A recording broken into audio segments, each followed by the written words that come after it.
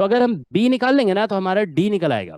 तो बी देखो आप कैसे निकालेंगे कि, ठीक है, so now we have to calculate B. तो ये हमारा इक्वेशन 1 है, this is equation 1 and this is equation 2। ठीक है,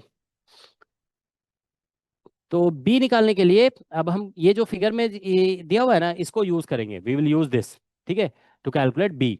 ओके, तो देखिए यहाँ पे, चलो हम एक दूसरे स्लाइड में बताते हैं इसे, ठीक है ना।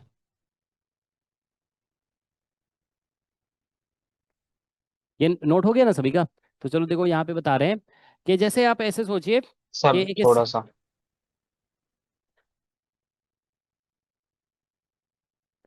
चलो यहीं जी पे सर बता हो देते गया। हैं, यहीं पे बता देते हैं, ठीक है ना।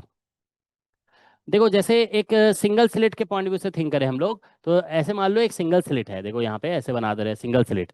अब इसके सामने ये स्क्रीन है। तो सिंगल स्लिट से क्या होता है कि एक ऐसे करके मैक्सिमम बनेगा, ऐसे मैक्सिमम, और फिर इधर क्या होगा, मिनिमम। ये सिंगल स्लिट की बात कर रहे हैं, ठीक है ना। तो देखो क्या होगा कि इसका जो है ना, ये वाला विड्थ दिया हुआ है, दिस विड्थ, ये जो विड्थ दिया हुआ है ना वो इसके अंदर फिर पैटर्न ऐसे ऐसे करके बन रहे हैं, ठीक है ना। तो सिंगल स्लिट का ये विड्थ दिया हुआ है, ठीक है। तो और ये डिस्टेंस दिया हुआ है, दिस डिस्टेंस इज गिवन। तो अगर हम देखो यहाँ से ऐसे करके ये एंगल निकालेंगे, ये एंगल, ये वाला एंगल जो कितने एंगल पे ये मिनिमम अकर कर रहा है, ठीक है ना। तो ये एंगल ऐसे निकल जाएगा ना, फिर देखो यहाँ पे this by this tan theta लगा देंगे स्मॉल एंगल के लिए, ठीक है। चलो एक बार हम दूसरे स्लाइड में ही बना देते हैं, थोड़ा क्लियर हो जाएगा तुम लोग के लिए, ठीक है। इसको इरेज कर देते हैं या इसको थोड़ा साइड कर देते हैं, ठीक है, जस्ट ए मिनट। ये ऐसा है, ओह सॉरी। ठीक है, देखो ये है सिचुएशन कि जैसे सिंगल स्लिट है, ठीक है। अब हम इसके सामने ये स्क्रीन रख दिए, ये इसका सेंट्रल पोजीशन है। तो यहाँ पे मैक्सिमा ऐसे बन रहा है, देखो ये ऐसे करके, ऐसे, ये ऐसा बना हुआ है। Is that okay? तो हमें देखिए कि ये जो फर्स्ट मिनिमम आ रहा है ना वो एक सर्टेन एंगल थीटा पे आ रहा है, तो ये एंगल थीटा हो गया, ठीक है। ये वाला विड्थ हमारा दिया हुआ है और ये दिया हुआ है, दिस इज गिवन। तो अगर देखो ये विड्थ कम है और ये ज्यादा है, तो tan थीटा का वैल्यू जो निकलेगा, यहाँ से tan थीटा निकालोगे ना, तो ये जो भी है ये दिस बाई दिस आ जाएगा। इसको मान लो हम समथिंग एफ बोल देते हैं, फोकल लेंथ वगैरह दिया रहता है, और ये मान लो डी दिया हुआ है। तो कितना, सॉरी डी या कुछ ऐसे एक्स बोल देते हैं, तो कितना आ जाएगा ये, एक्स बाई एफ आ जाएगा। अब एक्स अगर स्मॉल है ना और एफ लार्ज है, तो ये tan थीटा क्या होगा, स्मॉल होगा। तो tan थीटा का वैल्यू स्मॉल है तो इसका मतलब थीटा स्मॉल होगा। तो आप लोगों को पता है ना, tan थीटा स्मॉल है तो थीटा, tan थीटा की जगह हम थीटा लिख सकते हैं। तो यहाँ से approximately theta is equal to कितना आ जाएगा, एक्स बाई एफ। तो अब हमारे पास देखो कंडीशन इक्वेशन 2 जो था ना, वहां पे देखो ऐसे लिखा हुआ था, B sine theta is equal to 1 lambda, ऐसे लिखा हुआ था इक्वेशन 2, इधर जो लिखे थे हम लोग यहाँ पे देखो, ये B sine theta equal to 1 lambda. तो यहाँ से क्या करेंगे, बी और साइन थीटा की जगह अप्रोक्सीमेटली थीटा लिख दो, दैट इज अप्रोक्सीमेटली 1 लेमडा, ऐसा हो जाएगा। क्योंकि थीटा स्मॉल होने पे साइन थीटा को भी क्या करते हैं हम लोग, थीटा लिख देते हैं। तो बी, और अब हम थीटा की जगह यहाँ से जो निकाले ना, एक्स अपॉन एफ लिख देंगे, दैट इज अप्रोक्सीमेटली लेमडा। तो यहाँ से आप देखिए बी इज इक्वल टू आ जा रहा है एफ लेमडा और डिवाइड बाई एक्स। तो बी का अप्रोक्सीमेट वैल्यू जो है ना इतना निकल गया। तो हमें बी नहीं निकालना था, हमें क्या निकालना था, डी निकालना था, ठीक है। तो डी इज इक्वल टू, देखो डी इज इक्वल टू कितना निकला हुआ था, 7b, ठीक है। तो इसीलिए D is approximately equal to B का वैल्यू पुट करोगे तो 7f लेमडा और डिवाइड बाई एक्स, ये आ जाएगा, ठीक है। तो बस अब इसमें वैल्यूज पुट करेंगे and will get the answer, ठीक है। तो अब वैल्यूज पुट करते हैं यहाँ पे, ठीक है। अगर किसी को कोई डाउट है इसमें तो पूछ सकते हो, ठीक है। तो देखिए यहाँ पे ये जो लेंथ दिया हुआ है पूरा कितना है, 0.6 सेंटीमीटर। तो हम लोग जो x लिख रहे हैं उसका वैल्यू कितना होगा, what will be the value of x, 0.3, क्योंकि पूरा, 0.3। हाँ 0.6 दिया हुआ है पूरे का है ना, हम x हाफ को लिख रहे हैं ना यहाँ पे। तो ये 0.3 लिखना पड़ेगा, ठीक है। तो according to this figure will write 0.3, ठीक है। और इसमें बोला गया ना, देखो specially separated by photographic plate at a distance of, वो जो डिस्टेंस दिया हुआ है ना स्क्रीन का, वो कितना दिया हुआ है, 1 पॉइंट, कभी कभी इसकी जगह फोकल लेंथ भी दिया हुआ रहता है, इसलिए हम एफ लिखे हुए हैं वहाँ पे, ठीक है ना। तो ये 1.8 मीटर दिया हुआ है, ठीक है। तो क्लियरली देखो ये डिस्टेंस बहुत ज़्यादा है in comparison to this distance, ये सेंटीमीटर में है, कितना 0.3 सेंटीमीटर बन रहा है, और ये कितना है 1.8 मीटर। अगर आप देखो तो लगभग 1000 टाइम्स से भी ज़्यादा है ये, 6000 टाइम्स ज़्यादा है, ठीक है ना। तो इसलिए एंगल तो स्मॉल होगा ही, ठीक है। तो इसीलिए चलो अब लिख देते हैं यहाँ पे, तो d इज इक्वल टू, यहाँ से निकल कर आ रहा है d इज इक्वल टू 7, और इसका वैल्यू 1.8 दिया हुआ है, लेमडा का वैल्यू कितना दिया हुआ था, 5, अच्छा ये दिया, ये दिया 1.2 माइक्रोमीटर, ठीक है ना। तो 1.2 और 10⁻⁶ मीटर दिया हुआ है, और एक्स का वैल्यू दिया हुआ है कितना, 0.3 10⁻², ठीक है। तो मल्टीप्लाई करिए 3 से, ये जो है ना 7 मल्टीप्लाइड बाय इसका पॉइंट कैंसिल कर दोगे, ठीक है ना। तो ये बन जाएगा हमारा 4, ठीक है। तो 18×4 = 72, 7.2 हो गया, और into 10⁻⁻⁴ yes sir, fifty metre point है। जीरो फोर आ रहा है। हाँ तो बस, बात दोनों 14, 50.4। 50, हाँ 50.4 इंटू 10⁻⁴ मीटर, ठीक है। तो ये हो जाएगा 5.04 मिलीमीटर, ठीक है ना। तो डी का ये वैल्यू निकल गया 5.04, ठीक है। दैट्स द आंसर, ठीक है। तो 5.04 एग्जैक्टली आंसर आ गया है ना, दिस इज क्या। हाँ, नहीं नहीं नहीं, देखो एक बात बता रहे हैं कि यंग्स डबल स्लिट, ये जो फ्रिंज विड्थ नहीं है ये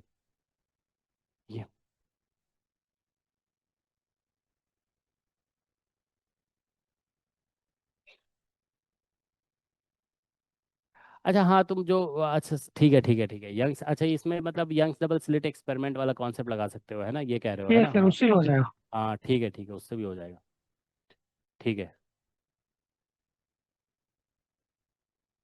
ठीक है। तो ये हमारा रिजल्ट आ गया, ओके। ठीक है, तो नेक्स्ट क्वेश्चन पे आते हैं। तुम लोग सब लोग इसको एक बार फ्रिंज विड्थ से भी करके देख लोगे, क्योंकि ऑब्वियसली इसमें यंग डबल स्लिट बोला है ना, तो डबल स्लिट में जैसे होता है ना कि, देखो डबल स्लिट में क्या होता है कि इसी तरह से मतलब होता है ना, देखो एक ब्राइट बनता है, फिर डार्क बनता है, फिर ब्राइट बनता है, फिर डार्क बनता है। तो ये वैसे ही बना हुआ है, ठीक है ना, ब्राइट डार्क ब्राइट डार्क। तो ये यंग्स डबल स्लिट में है। देखो यंग्स डबल स्लिट में और इसमें क्या थोड़ा सा डिफरेंस है वो हम बता देते हैं। देखो यंग्स डबल स्लिट में जानते हो क्या होता है कि हम लोग जो स्लिट विड्थ होता है ना, जैसे यंग्स डबल स्लिट में ऐसे स्लिट बनाते हैं ना, तो हम बोलते स्लिट का विड्थ नहीं बता रहे होते हैं, ठीक है। तो इसका मतलब हम मान कर चलते हैं कि ये जो स्लिट है ना वो बहुत नैरो है, इट इज वेरी नैरो। तो आप देखो मिनिमम का जो कंडीशन है ना, यहाँ पे देखो, जैसे यहाँ पे हम लोग बात कर रहे हैं कि मिनिमम अगर कर रहा है एट सम एंगल, ठीक है ना। तो मिनिमम कंडीशन ये लिखा हुआ है, देखो यहाँ पे B sine theta equal to 1 lambda. तो आप ऐसे सोचो कि sine theta is equal to lambda, equal to lambda by B आ रहा है। अब तुम बी जो है सिंगल स्लिट का विड्थ होता है, अगर तुम इसको बहुत स्मॉल करोगे तो ये लार्ज हो जाएगा, ठीक है ना। तो ये एंगल जो है ना बढ़ते जाएगा, तो ये सेंट्रल मैक्सिमा जो होता है ना बहुत ज्यादा वाइड हो जाता है। यंग्स डबल स्लिट में समझ में आ रहा है, सेंट्रल जो मैक्सिमा है वो सिंगल स्लिट का वो क्या होता है, बहुत वाइड होता है। तो फिर वहां पे कंसीडर होता ही नहीं है, तो बस बोलते हैं वहां पे सिर्फ सेंट्रल मैक्सिमा ही है। तो एक सेंट्रल मैक्सिमा दूसरे के सेंट्रल मैक्सिमा से ओवरलैप कर रहा है, ये कहा जाता है वहां पे, ठीक है ना। तो इसीलिए जानते हो यंग्स डबल स्लिट में जानते हो क्या होता है कि देखो सिर्फ ये बनाया जाता है, ये नहीं बनाया जाता है। डिफ्रैक्शन की बात जब चल रही होगी ना, तो ये भी बनाया जा रहा है, ठीक है, बीच में मिसिंग ऑर्डर आ गया, और ये, इज दैट ओके, ठीक है। तो इसीलिए हम इसको डिफ्रैक्शन के पॉइंट ऑफ व्यू से करा दिए थे। हालांकि तुम लोग सही कह रहे हो कि ये यंग्स डबल स्लिट है ना, तो डबल स्लिट वाले कॉन्सेप्ट से बन जाएगा ये, ओके, सेम आंसर आ रहा है। ठीक है, ऑल राइट। मतलब समझ ये कर रहे हो ना तुम लोग के, जैसे यहाँ पे पूरा विड्थ दिया हुआ है, तो हमने काउंट कर लिया कि कितने यस सर। फ्रिंजेस हैं, तो कितने हैं टोटल। हाँ, टेन। नहीं तो डार्क भी तो है बीच में, तो आपको ऐसे ब्राइट का विड्थ होगा बीटा, ठीक है ना, और डार्क का भी विड्थ कितना होगा, बीटा, सेम क्या ही होता होगा, सेम है ना। होता है ना दोनों नहीं का। होता है ना, उसमें डार्क और ब्राइट का विड्थ कितना बोलते हैं, सेम होता है, सेम ठीक है। रहेगा। तो एक्चुअली हम लोग नहीं, अगर ऐसे करें ना, चलो ऐसे काउंट कर लो, ब्राइट टू ब्राइट ही देख लेते हैं, मतलब ऐसा होता है ना कि एक ब्राइट से दूसरे ब्राइट में जाओगे तो बीच में क्या आता है, डार्क आता है, तो ऐसे एक काउंट मिनिमा करेंगे। आता है। जैसे एक ब्राइट से दूसरे ब्राइट में गए, ठीक है ना, तो बीच में क्या आया, डार्क, बीच में डार्क को काउंट किया जाएगा, ठीक है ना। तो यहाँ पे देखो फिर ऐसे मतलब एक ब्राइट से दूसरे ब्राइट में जाएंगे, ठीक है ना। तो हम लोग यहाँ तक का डिस्टेंस दिया हुआ है ना, यहाँ तक का, ठीक है। तो ये कितना होगा, देखो this is beta, this is beta, फिर तो मतलब ऐसे काउंट करते जाओगे, ठीक है ना। तो ये तुम्हारा कितना होगा, बीटा होगा, इस तरह से, है ना। तो ये बीटा होता जाएगा। तो इस तरह से ऐसे हम काउंट करेंगे, तो ये सभी जो यहाँ पे दो ब्राइट के बीच में क्या बनता है, डार्क ही बनता है ना। तो ये डार्क का विड्थ होता चला जाएगा, ठीक है। तो बेसिकली कितने आ रहे हैं देखो यहाँ पे, यहाँ से अगर हम काउंटिंग स्टार्ट करते हैं तो ए 1 2 3 4 5 6 7 8 9 10 11 12 13, ठीक है ना। और एक यहाँ पे अगर इधर काउंट कर दें 14, 13 या 14, कितना आ रहा है, 14 आएगा है ना, 14 आ जाएगा ना। क्योंकि हम यहाँ से देखो मिसिंग ऑर्डर से अगर यहाँ से काउंट, क्योंकि क्योंकि यहाँ से दिया हुआ है ना, तो ये सिक्स्थ है, हम सेवन्थ को बोल रहे हैं मिसिंग है। सेवन्थ क्या है, मैक्सिमम, सेवन मैक्सिमम मिसिंग है, तो यहाँ पे एक मैक्सिमम और दूसरे मैक्सिमम के बीच में फिर डार्क आएगा। तो ये जो है ना हमारा, देखो यहाँ से बीटा काउंट स्टार्ट होगा। तो 1 2 3 4 5 6 7 8 9 10 11 12 13, ठीक है ना। और एक 14, 14, 14 आ रहा है यहाँ पे, ठीक है। तो हम लोग इसमें फ्रिंज विड्थ बीटा जो निकालेंगे ना, ऐसे करना पड़ेगा, बीटा इज इक्वल टू हमारा आ जाएगा 0.6 सेंटीमीटर और डिवाइड बाई 14 कर देंगे। और बीटा को फिर हमारा ये जो लिखा हुआ था lambda D, capital D by small D, है ना, that is equal to 0.6 centimetre और डिवाइड बाय 14। तो डी का वैल्यू हमारा दिया हुआ है 1.8, ठीक है। और फिर हम यहाँ से लेमडा पुट करेंगे तो ये हमारा स्मॉल डी निकल आएगा। तो तुम लोगों ने ऐसे ही निकाला ना। सेम आ रहा है सर। तो हम्म, हाँ, नहीं नहीं नहीं नहीं, देखो 1 मिनट, थ्री बीटा नहीं आएगा वो बीट, मतलब देखो इसको एक बार समझ लो पहले कि देखो टोटल विड्थ कितना दिया हुआ है, 0.6 सेंटीमीटर। तो इसमें कितने डार्क फ्रिंजेस बन रहे हैं, तो हमने काउंट किया टोटल 14 बन रहे हैं, तो बीटा जो निकलेगा ना 0.6 सेंटीमीटर डिवाइड बाय 14 करना पड़ेगा, ठीक है ना। अब बीटा का वैल्यू हम लिख देंगे यहाँ पे lambda D by small D, समझ में आ रहा है ना सभी को। तो फिर हम स्मॉल डी यहाँ से निकालेंगे, स्मॉल डी कितना निकलेगा, स्मॉल डी आ जाएगा, इसको क्रॉस मल्टीप्लाई कर दोगे, देखो लेमडा कैपिटल डी इंटू 14 और डिवाइड बाय 0.6 सेंटीमीटर, ये हमारा स्मॉल डी निकलेगा। तो अभी हम लोग जो कैलकुलेशन किए एक बार उससे कंपेयर कर लेते हैं ना। देखो हमारा जो कैलकुलेशन था यहाँ पे, देखो कहाँ था, हाँ ये था ना। तो इसमें क्या था डबल हमारा, lambda, double lambda D by D. F D था, सेवन, कैपिटल डी। 1 मिनट, ये टू था ना, हाँ D/2, ये क्या था, ये जो था मतलब जो ये सर सेपरेशन डी दिया हुआ बाई था वो two. That divide by yes two, sir, तो डी वही बाई वाला टू टू ऊपर आएगा ना तो 14 आ 14 आ रहा जाएगा। है। ठीक है, तो सही सेम है, आएगा। एग्जैक्टली सेम आ जाएगा, है ना। ठीक है, तो ठीक है, तो तुम लोग ने काउंटिंग समझ गया ना, काउंटिंग ऐसे ही करना पड़ेगा यहाँ पे, ठीक है, वो एग्जैक्टली सेम आ रहा है दोनों, ठीक है। इसमें काउंटिंग ऐसे ही करना होगा कि एक मैक्सिमम से दूसरे मैक्सिमम तक जा रहे हैं ना, तो बीच में जो बनेगा उसको क्या बोलेंगे, बीटा। बीटा डार्क, याद है तुम लोग को डार्क फ्रिंज का वेट जब निकाले थे ना हम लोग क्लास में, बीटा ऐसे करके तो ऐसे नहीं निकाले थे, YN+1 और माइनस YN ऐसे वाई एन। निकाले थे वाई। ना। यस तो सर। ये YN जो है ना कंडीशन ऑफ क्या लगाए थे, कंडीशन ऑफ मैक्सिमा था ना, एक मैक्सिमम। मैक्सिमा। मैक्सिमा और दूसरे, कहाँ चला जा रहा है एक मैक्सिमा और दूसरे मैक्सिमा के बीच में जो डिफरेंस है उसी को तो बीटा बोल रहे थे ना। तो बीटा इसमें ऐसे ही करना पड़ेगा, ये this is the beta, all right, ठीक है। तो फिर सेम सेम आंसर आ जाएगा, ठीक है, डेफिनेटली उससे भी आ जाएगा आंसर, ऑल राइट, ठीक है। ओके, तो अब हम लोग देखो नेक्स्ट क्वेश्चन पे आते हैं, ठीक है ना। तो ये क्वेश्चन हो गया, इसका आंसर ये आ रहा है। अब इधर एक क्वेश्चन का तो आंसर टिक किया हुआ है ना, इसलिए हम उसको बाद में दिखाएंगे, ठीक है ना। चलो ये क्वेश्चन है, देखो यहाँ पे, ये सभी जो है ना TFR के ही क्वेश्चन है, ठीक है ना। TFR का क्वेश्चन है, क्या लिखा हुआ है, in a transmission diffraction grating there are 10⁴ lines per centimetre, ठीक है। So which of the following ranges of wavelength will produce at least one principal maxima. At least बोला गया, एटलीस्ट मतलब कम से कम, है ना, ज्यादा से ज्यादा।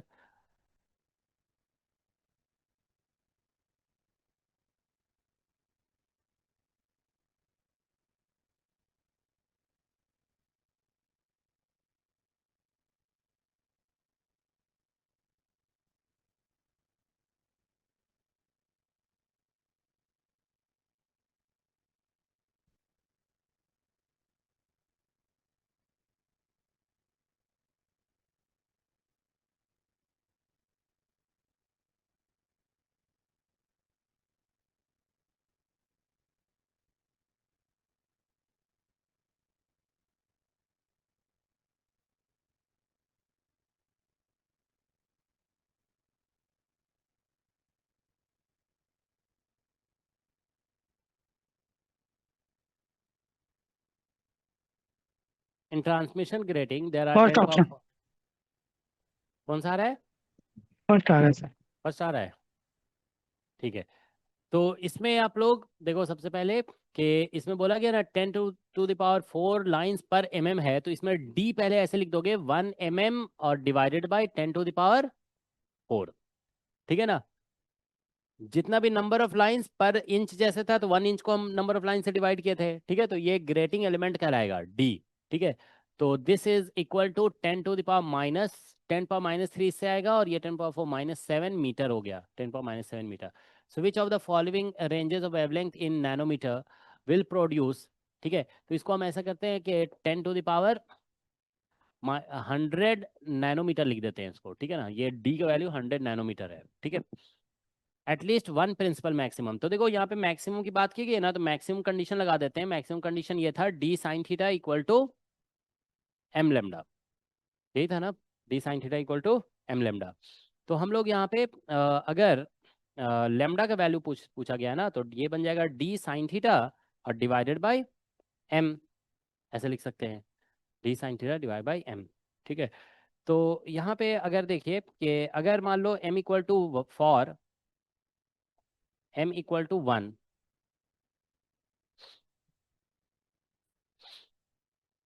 ठीक है, एम इक्वल टू अगर हम 1 लेते हैं तो लेमडा इक्वल टू कितना आ जाएगा, lambda is equal to D sine theta by 1 हो जाएगा। तो डी का वैल्यू दिया हुआ है इसमें कितना, 100 नैनोमीटर, ओके। और साइन थीटा अगर मान लो हम यहाँ पे sir M suppose, less than equal to D by lambda से तो हो जाएगा क्या कह रहे हो? नहीं एम तो एटलीस्ट। मतलब इसमें तो देखो ये बोला जा एम का वैल्यू तो बताया, ये नहीं एम निकालने के लिए तो नहीं बोला जा रहा है ना, लेमडा तो इसमें दिया हुआ नहीं है, लेमडा ही तो निकालना है, ठीक है ना। M less than equal to D by lambda जो आपने बताया था, हाँ, तो यहाँ एम तो एटलीस्ट वन प्रिंसिपल नहीं वही है, देखो मैक्सिमम। अब कर लो, उससे भी कर लो तुम लोग, देखो अब सबके करने का एक तरीका नहीं हो सकता है ना, अब जैसे तुम अपने तरीके से करो, हम अपने तरीके से कर रहे हैं, ठीक है ना।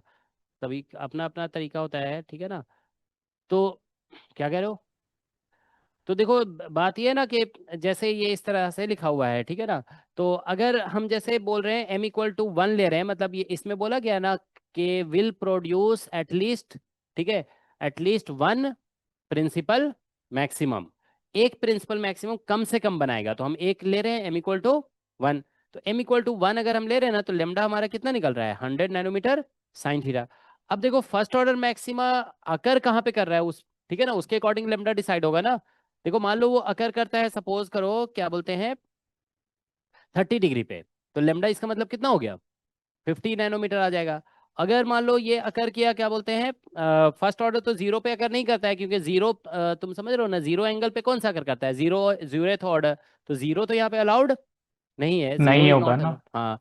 तो मतलब आप ये कह सकते हैं कि देखिए यहाँ पे ठीक है, तो अगर हम लोग यहाँ पे साइन थीटा का वैल्यू मैक्सिमम कितना ले सकते हैं, मतलब 90 वन के ले करीब सकते ले हैं। सकते हैं, मतलब हाँ 1 ले सकते हैं, तो मतलब लेमडा मैक्स जो यहाँ से निकल सकता है ना, देखो लेमडा मैक्स वो कितना आएगा, दैट इज 100 नैनोमीटर। 100 नैनोमीटर, ये फर्स्ट ऑर्डर के लिए फॉर एम इक्वल टू 1 के लिए। लेकिन अगर वही एम इक्वल टू 2 ले लेते हैं हम, अच्छा इसमें एटलीस्ट बोला गया है ना, कम से कम एक ही के लिए बात बोला जा रहा है, और एटलीस्ट फॉर 1 है ना। तो हम लोग यहाँ पे लेमडा मैक्स जो है ना, अगर हम थीटा इक्वल टू 90 ले लेते हैं, तो ये 100 नैनोमीटर आ रहा है, ओके। और अगर हम लोग, एक minute, will produce at least one principal maximum, ये बोला गया है, कम से कम एक प्रोड्यूस करेगा, ठीक है ना। अ, अगर हम मान लो m इक्वल टू 2 लेते हैं, देखो इसमें अच्छा ये बोला गया ना कम से कम एक प्रोड्यूस करेगा, ज्यादा से ज्यादा कुछ भी हो सकता है, ठीक है ना। तो अगर हम लोग जैसे मान लो m इक्वल टू 2 लेते हैं, अगर सपोज करो m इक्वल टू 2, ठीक है ना, तो m इक्वल टू 2 लेंगे ना, तो लेमडा का वैल्यू फिर कितना आएगा, m इक्वल टू 2 लेने पे d साइन थीटा, अब बाय यहाँ पे 2 आ जाएगा, तो ये फिर कितना आ रहा है, 50 साइन थीटा। नैनोमीटर आएगा, है ना। मतलब ये लेमडा मैक्स जो आएगा, लेमडा मैक्स है ना, ये 50 नैनोमीटर और इंटू, चलो साइन थीटा भी लिख दिया है, ठीक है ना। डी का वैल्यू 100 नैनोमीटर था, तो मतलब 50, अगर आप सेकेंड ऑर्डर मैक्सिमा भी लाना चाहते हैं तो आप वेवलेंथ को कितना लेना पड़ेगा, 50 नैनोमीटर लेना पड़ेगा, 50 नैनोमीटर। ओके, एक मिनट रुको, ठीक है, ये ऊपर जाएगा। देखो एटलीस्ट मतलब समझ रहे हो ना, इंग्लिश सेंटेंस पे ध्यान देना होगा। इंग्लिश सेंटेंस में क्या बोला गया, एटलीस्ट, ऐसे नहीं करेगा ना, ठीक है। हाँ तो देखो, अगर एटलीस्ट का मतलब कम से कम फर्स्ट ऑर्डर आना चाहिए, ज्यादा से ज्यादा कुछ भी हो सकता है। तो ज्यादा से ज्यादा अगर मान लो हम m इक्वल टू हम यहाँ पे लेते हैं, जैसे मान लो m equal to four m equal to 3 ले लिया हमने, ठीक है ना। तो 3 लेंगे तो फिर क्या हो जाएगा ये, और रिड्यूस होने लगेगा, ठीक है ना, इट विल रिड्यूस फर्दर, ठीक है। तो 33.3।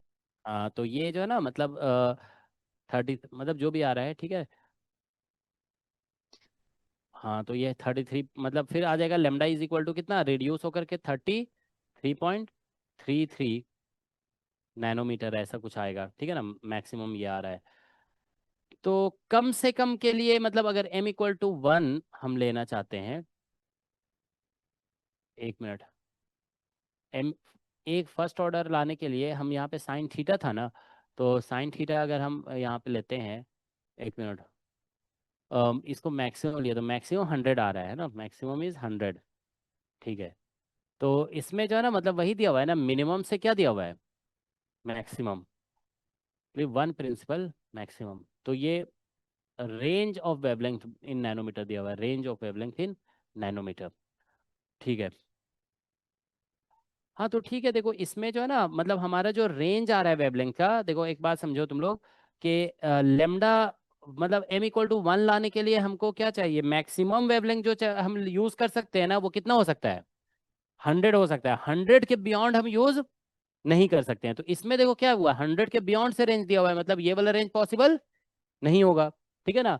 ये वाला रेंज क्या है, 100 से 100 को से बिलो को इंक्लूड कर रहा है ना, मतलब ये 100 से बिलो हो सकता है। देखो जैसे अगर मान लो हम बोलते हैं कि फर्स्ट ऑर्डर मैक्सिमा जो है ना वो अकर कर रहा है, सपोज करो 30 डिग्री एंगल पे, तो हमें रिक्वायर्ड वेवलेंथ कितना होगा, 50। तो 50 तो आ रहा है ना इसमें, 50 आ रहा है, ठीक है। अगर हम जैसे बोलते हैं कि सेकंड ऑर्डर भी अकर कर रहा है, ठीक है, मान लो 30 डिग्री पे अकर कर रहा है, सेकंड ऑर्डर अगर 30 डिग्री पे अकर कर रहा है, तो फिर आंसर क्या आएगा, 25। तो 25 इस ऑप्शन में आ रहा है, लेकिन इस ऑप्शन में नहीं आ रहा है, तो ये ऑप्शन करेक्ट नहीं हो सकता है। इसमें सभी में रेंज क्या हो रहा है, बढ़ता जा रहा है, ये तो बिल्कुल भी और भी नहीं होगा, ठीक है ना। तो मतलब ये हो गया कि अगर हमको कम से कम फर्स्ट ऑर्डर मैक्सिमम चाहिए ना, देखो आप लोग समझो, फर्स्ट ऑर्डर मैक्सिमम चाहिए, तो उसके लिए हम मैक्सिमम वेवलेंथ जो हम यूज कर सकते हैं वो कितना यूज कर सकते हैं, 100 नैनोमीटर। 101 भी कर दोगे ना तो फिर फर्स्ट ऑर्डर नहीं आएगा, ठीक है। तो इसमें तुम देख रहे हो ना, स्टार्टिंग ही हायर से स्टार्ट हो रहा है, तो इसीलिए इसमें करेक्ट ऑप्शन जो होगा वो कौन सा होगा, ऑप्शन नंबर ए हो जाएगा, ठीक है ना, ऑप्शन नंबर ए। ये समझ में आया तुम लोग को। देखो हम फर्स्ट ऑर्डर के लिए लार्जेस्ट वेवलेंथ जो अलाउड है यहाँ पे, अगर इसका मतलब समझ में आ रहा है तुम लोग को क्या होगा, अगर आपने यूज कर दिया मान लो लेमडा इक्वल टू 101 नैनोमीटर, तो इसका मतलब क्या होगा कि वहां पे फर्स्ट ऑर्डर मैक्सिमम अकर नहीं करेगा, ठीक है ना। ऑल राइट, ठीक है। तो ये इसका आंसर हो जाएगा, ठीक है। जस्ट एनालाइज, अब देखो क्या होता है कि जैसे इस क्वेश्चन को एनालाइज करके आंसर करना था, ठीक है ना। अब एनालिसिस कभी कभी ऐसा हो सकता है, डिफरेंट पर्सन का एनालिसिस थोड़ा सा अलग तरीके से हो सकता है, ठीक है ना। ऑल राइट, ठीक है। तो नेक्स्ट क्वेश्चन पे आते हैं हम लोग, ठीक है। जैसे देखो ये क्वेश्चन है, ठीक है, रीड द क्वेश्चन। ये क्वेश्चन आई थिंक जैम का है शायद, है ना, दिस इज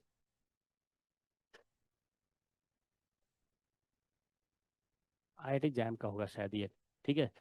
चलो देखो क्या लिखा हुआ है, व्हेन, जैम का ही है ये, है ना। इसमें लिखा हुआ है when a system of multiple long narrow slits,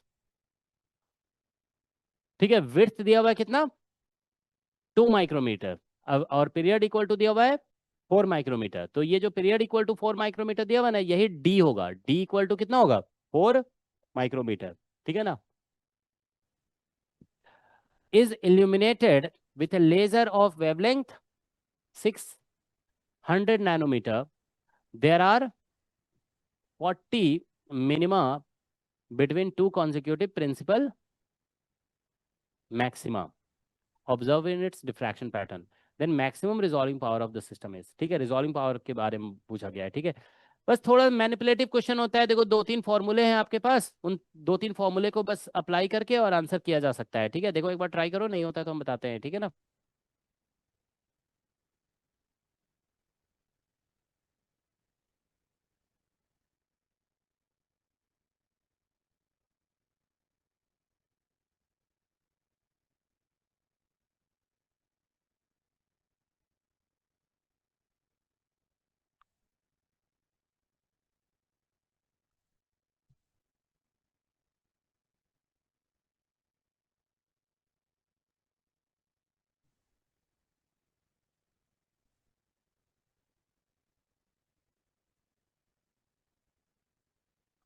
दो तीन फॉर्मूले बस अप्लाई करना है। ठीक है ना, उसको मैनिपुलेट करना है, 2-3 फॉर्मूले जो भी बताए गए हैं आप लोग को, और उससे फिर आंसर आ जाएगा।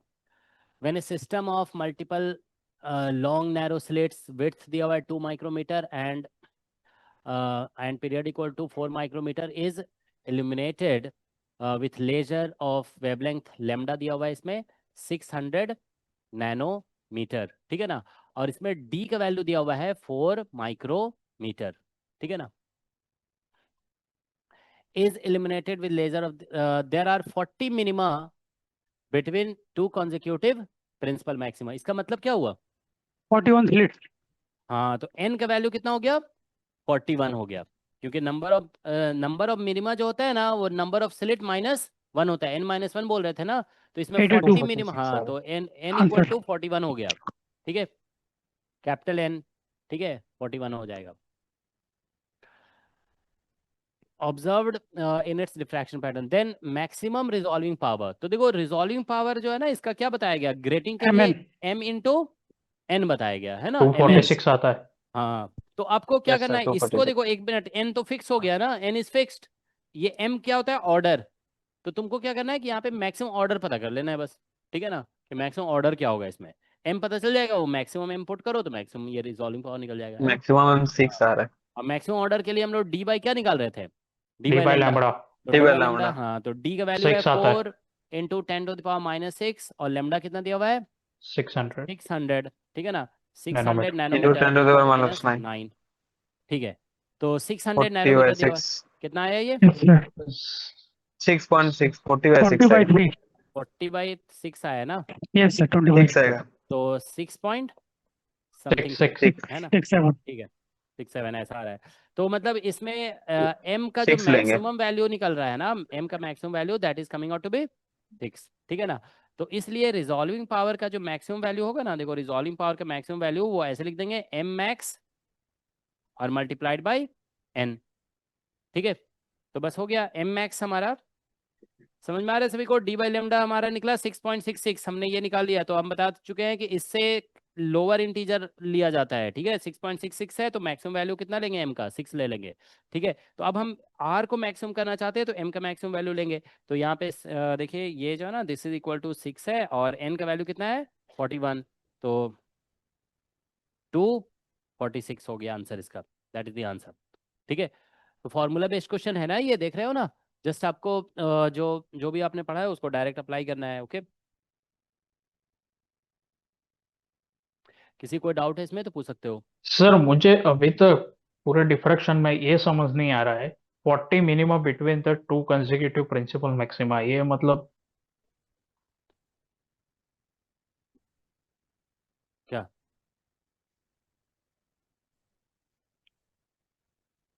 हाँ, एम एक्स होगा मतलब एन निकला ना, इस इंफॉर्मेशन से क्या निकला हमको? एन निकला ना। There are 40 minima between two consecutive principal maxima. ये ऐसे हो रहा है कि प्रिंसिपल मैक्सिमा ऐसे बन रहा है ना, देखो ऐसे, ये प्रिंसिपल मैक्सिमा है। अब हम ऐसे 1 2 3 4 5 ऐसे करके हम कितने काउंट करेंगे ऐसे, और फिर ये ऐसे करके ये प्रिंसिपल मैक्सिमम बनेगा। तो ये पूरे कितने हैं यहाँ पे? मिनिमम 1 2 ऐसे करके कितने मिनिमम है? 40। 40।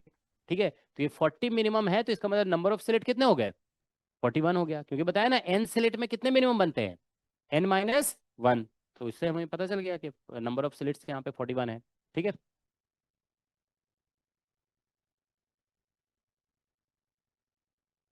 आर का मतलब जो है ना सिर्फ रेंज ही नहीं होता है, आर मतलब आर, आर बचपन में पढ़ाया था ना, आर फॉर रैट, ठीक है। आर का मतलब रैट भी हो सकता है, आर फॉर रेंज भी हो सकता है, आर फॉर रिजॉल्विंग पावर भी हो सकता है, ठीक है। तो आर फॉर यहाँ पे क्या है? आर फॉर रिजॉल्विंग पावर, ठीक है, ठीक है। तो ये आर का मतलब रिजॉल्विंग पावर है, रेंज नहीं है, ठीक है।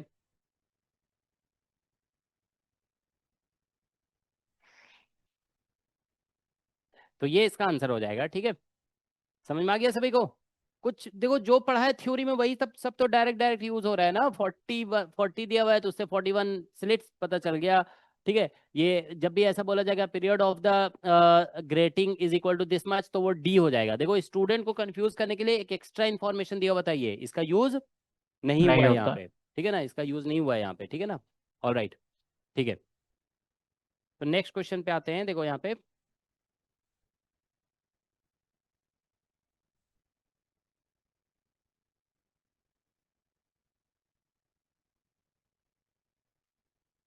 ये देखो क्या है। अच्छा इसको अभी बाद में कराएंगे, ठीक है ना, this this will discuss later on, ठीक है ना। इसके लिए हमको थोड़ा सा कुछ इन्फॉर्मेशन बताना है, उसके बाद कराते हैं, ठीक है। ये देखो थोड़ा,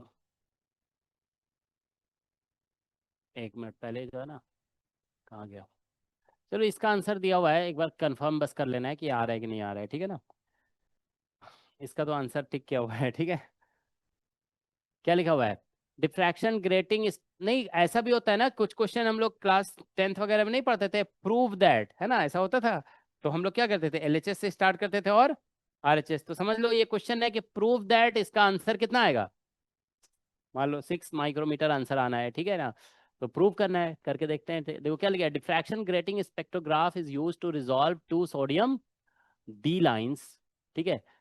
सोडियम में दो वेवलेंथ होता है, तुम लोग जानते हो ना, जैसे सोडियम यस, में देखो क्या होता 5890 है। और हाँ 5896। देखो सोडियम में जो है ना, जब ट्रांजिशन होता है ना, ठीक है, तो एक्चुअली क्या होता है कि जैसे ट्रांजिशन होते हैं तो वहां पे एक वेवलेंथ नहीं मिलते हैं बल्कि दो वेवलेंथ मिलते हैं, दो ट्रांजिशन होता है, ठीक है ना। तो इसीलिए फिर उसमें बोला जाता है इसमें कि एलएस कपलिंग वगैरह कॉन्सेप्ट लगाया जाता है एटॉमिक फिजिक्स में, ठीक है ना, कि यहाँ पे एलएस कपलिंग से ये एक सिंगल लेवल नहीं है बल्कि क्या है, ये दो लेवल है, ठीक है ना। तो एक्चुअल में देखो हम तुम लोग को बता देते हैं थोड़ा सा जस्ट, कि सोडियम में जो है ना इलेक्ट्रॉनिक कॉन्फ़िगरेशन ऐसे होता है ना सोडियम का, 1s2 2s2 2p6 और 3s1। 11 होता है ना उसमें। हाँ हाँ। 3s1, ठीक है ना। तो ये इसका मान लो इलेक्ट्रॉनिक कॉन्फ़िगरेशन है, ठीक है ना। हमने ये एनर्जी लेवल इसका आ गया। तो एक सिंगल एनर्जी लेवल, जैसे ये 3s1 वाला लेवल हो गया, ठीक है ना। अब इसको एक साइड कर दोगे ना, तो 3s के बाद फिर यहाँ पे क्या आएगा, 3p। अभी p में कोई इलेक्ट्रॉन नहीं है, 3p 0। तो अभी s ऑर्बिटल में इलेक्ट्रॉन है, तो ये बनेगा इसका क्या, ग्राउंड स्टेट, ठीक है। अगर इसी को एक साइड करके हम यहाँ ले जाएंगे ना p ऑर्बिटल में, तो ये बन जाएगा ऐसे करके, देखो यहाँ पे electronic configuration 1s2 2s2 2p6 और 3s अब 0 हो जाएगा और 3p1। 1 हो जाएगा। तो अब ये एक्साइटेड स्टेट हो गया। तो देखो ये एक एनर्जी लेवल है और ये एक एनर्जी लेवल, तो हम लोग जानते हैं ना दो एनर्जी लेवल के बीच में जब ट्रांजिशन होता है तो एक सिंगल वेवलेंथ मिलता है। तो यहाँ पे सिंगल वेवलेंथ नहीं मिल रहा था, बल्कि जब एक्सपेरिमेंटली मेजर किया गया ना तो पाया गया कि दो वेवलेंथ मिल रहा है। तो फिर लोग सोचने लगे कि यहाँ से देखो एस को से इलेक्ट्रॉन को पी मिले गया, तो एक सिंगल वेवलेंथ आना चाहिए, दो क्यों आया? तो इसी चीज को फिर एक्सप्लेन करने के लिए लाया गया कॉन्सेप्ट ऑफ एलएस कपलिंग, ठीक है ना। तो उसमें फिर बोला जाता है कि एलएस कपलिंग से ये जो लेवल है ना वो दो लेवल में स्प्लिट हो जाता है। ये किसकी वजह से होता है? एलएस कपलिंग की वजह से, एलएस कपलिंग की वजह से, ठीक है ना। तो ये दो लेवल में स्प्लिट हो गया। और ये देखो इसमें क्या होता है, एस ऑर्बिटल में तुम जानते हो ना कि एल इक्वल टू कितना होता है इसमें, 0। तो इसमें एल है ही नहीं है, तो इसलिए इसमें एलएस कपलिंग नहीं होगा। इसमें जो है ना एल है, इसमें एल का वैल्यू 1 है और स्पिन इलेक्ट्रॉन का एक सिंगल इलेक्ट्रॉन है, और देखो वैलेंस इलेक्ट्रॉन 1 एक इलेक्ट्रॉन है ना, तो इसमें एस का वैल्यू हाफ है। तो इसमें क्या होता है, एल और एस में कपलिंग होता है, ठीक है ना, तो उससे दो एनर्जी लेवल क्रिएट होते हैं। इसमें एल कितना है, 0, और एस का वैल्यू इसमें भी हाफ होगा। जो स्पिन हाफ इलेक्ट्रॉन्स क्या होते हैं, स्पिन हाफ पार्टिकल होते हैं, तो इसलिए स्पिन हाफ बोल रहे हैं, ठीक है ना। तो देखो इसमें एल 0 है ना, तो इसमें मतलब ग्राउंड स्टेट में कोई एलएस कपलिंग नहीं होता है, तो एक सिंगल एनर्जी लेवल ही रह जाता है। लेकिन एक्साइटेड स्टेट में एल और एस में कपलिंग होने की वजह से दो नए लेवल बन जाते हैं, ठीक है ना। तो ये दो नए लेवल बनते हैं ना, तो अब यहाँ से देखो अपर लेवल से ग्राउंड स्टेट में एक ट्रांजिशन होता है और एक लोअर लेवल से ग्राउंड स्टेट में ट्रांजिशन होता है, ठीक है ना। तो दो ट्रांजिशन हो रहे हैं ना, तो इससे देखो इस ट्रांजिशन से एक वेवलेंथ निकला 90 एंगस्ट्रॉम, ठीक है ना, और इससे निकला क्या बोलते हैं 5896 एंगस्ट्रॉम। तो ये दो वेवलेंथ इस तरह से निकलते हैं, ठीक है ना। तो देखो एक बात समझ लोगे कि पहले एक्सपेरिमेंट से पता चला, इसमें थ्योरी जानते हो ऐसे बनाया गया कि यहाँ पे हम लोग थ्योरी से सोच रहे थे कि एक वेवलेंथ आना चाहिए, लेकिन एक्सपेरिमेंट से पता चल गया क्या है कि दो वेवलेंथ है। तो फिर थ्योरी नहीं बना दी गई, वहां पे एलएस कपलिंग का कॉन्सेप्ट ले आया गया, ठीक है।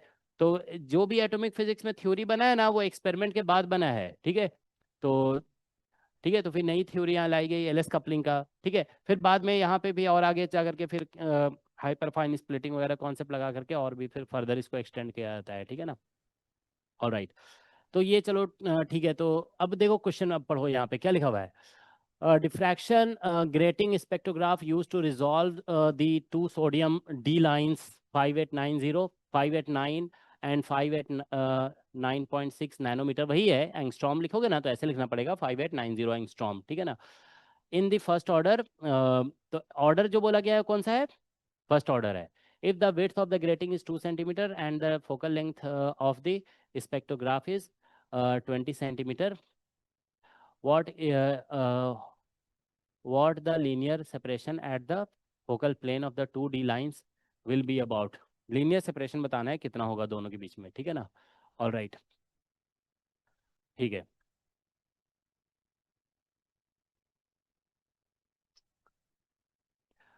देखो आंसर है हमारे सामने, ठीक है ना, आंसर ये आएगा, लेकिन हमको ये प्रूव करके दिखाना है कि आंसर यही आएगा, ठीक है ना। This will be the answer.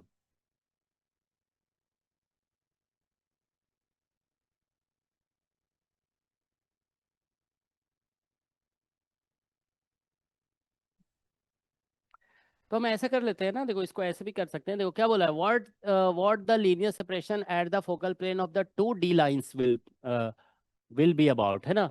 तो हम ऐसा कर लेते हैं कि देखो जैसे दो वेवलेंथ है ना यहाँ पे, तो मैक्सिमा का कंडीशन लगाते हैं ना, D sine theta equal to क्या होता है एम लेमडा, ऐसे, ठीक है। तो इसका सिंपलेस्ट कैलकुलेशन ऐसे हो सकता है, देखो डी का वैल्यू तो इसमें दिया हुआ है ना, डी इज गिवन राइट,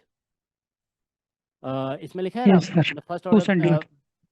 नहीं नहीं नहीं, डी नहीं है ये, इट इज नॉट डी, ठीक है ना। ये एक्चुअली जो है ना, ये क्या Total. है, ये ग्रेटिंग का नहीं, ग्रेटिंग का विड्थ है, ऐसे करके। ये मान लो तुम लोग एक्सपेरिमेंट में देखते हो ना, ये ग्रेटिंग है, दिस इज ग्रेटिंग, ठीक है ना। अब ग्रेटिंग जब लैब में दिया जाता है तो वो छोटा ही सा तो होता है ना, मान लो 3 सेंटीमीटर 4 सेंटीमीटर ऐसा होता है, तो ये ग्रेटिंग का विड्थ कितना दिया हुआ है 2 सेंटीमीटर, लेकिन इसमें बहुत सारे लाइन्स होंगे ऐसे करके। ऐसे मान लो इसमें आप क्या बोलते हैं, सपोज करो 20,000 लाइन्स हैं, तो डी जो हम लोग डी निकालेंगे वो कैसे निकलेगा, 2 सेंटीमीटर डिवाइडेड बाय 20,000 अगर लाइन्स, ठीक है ना।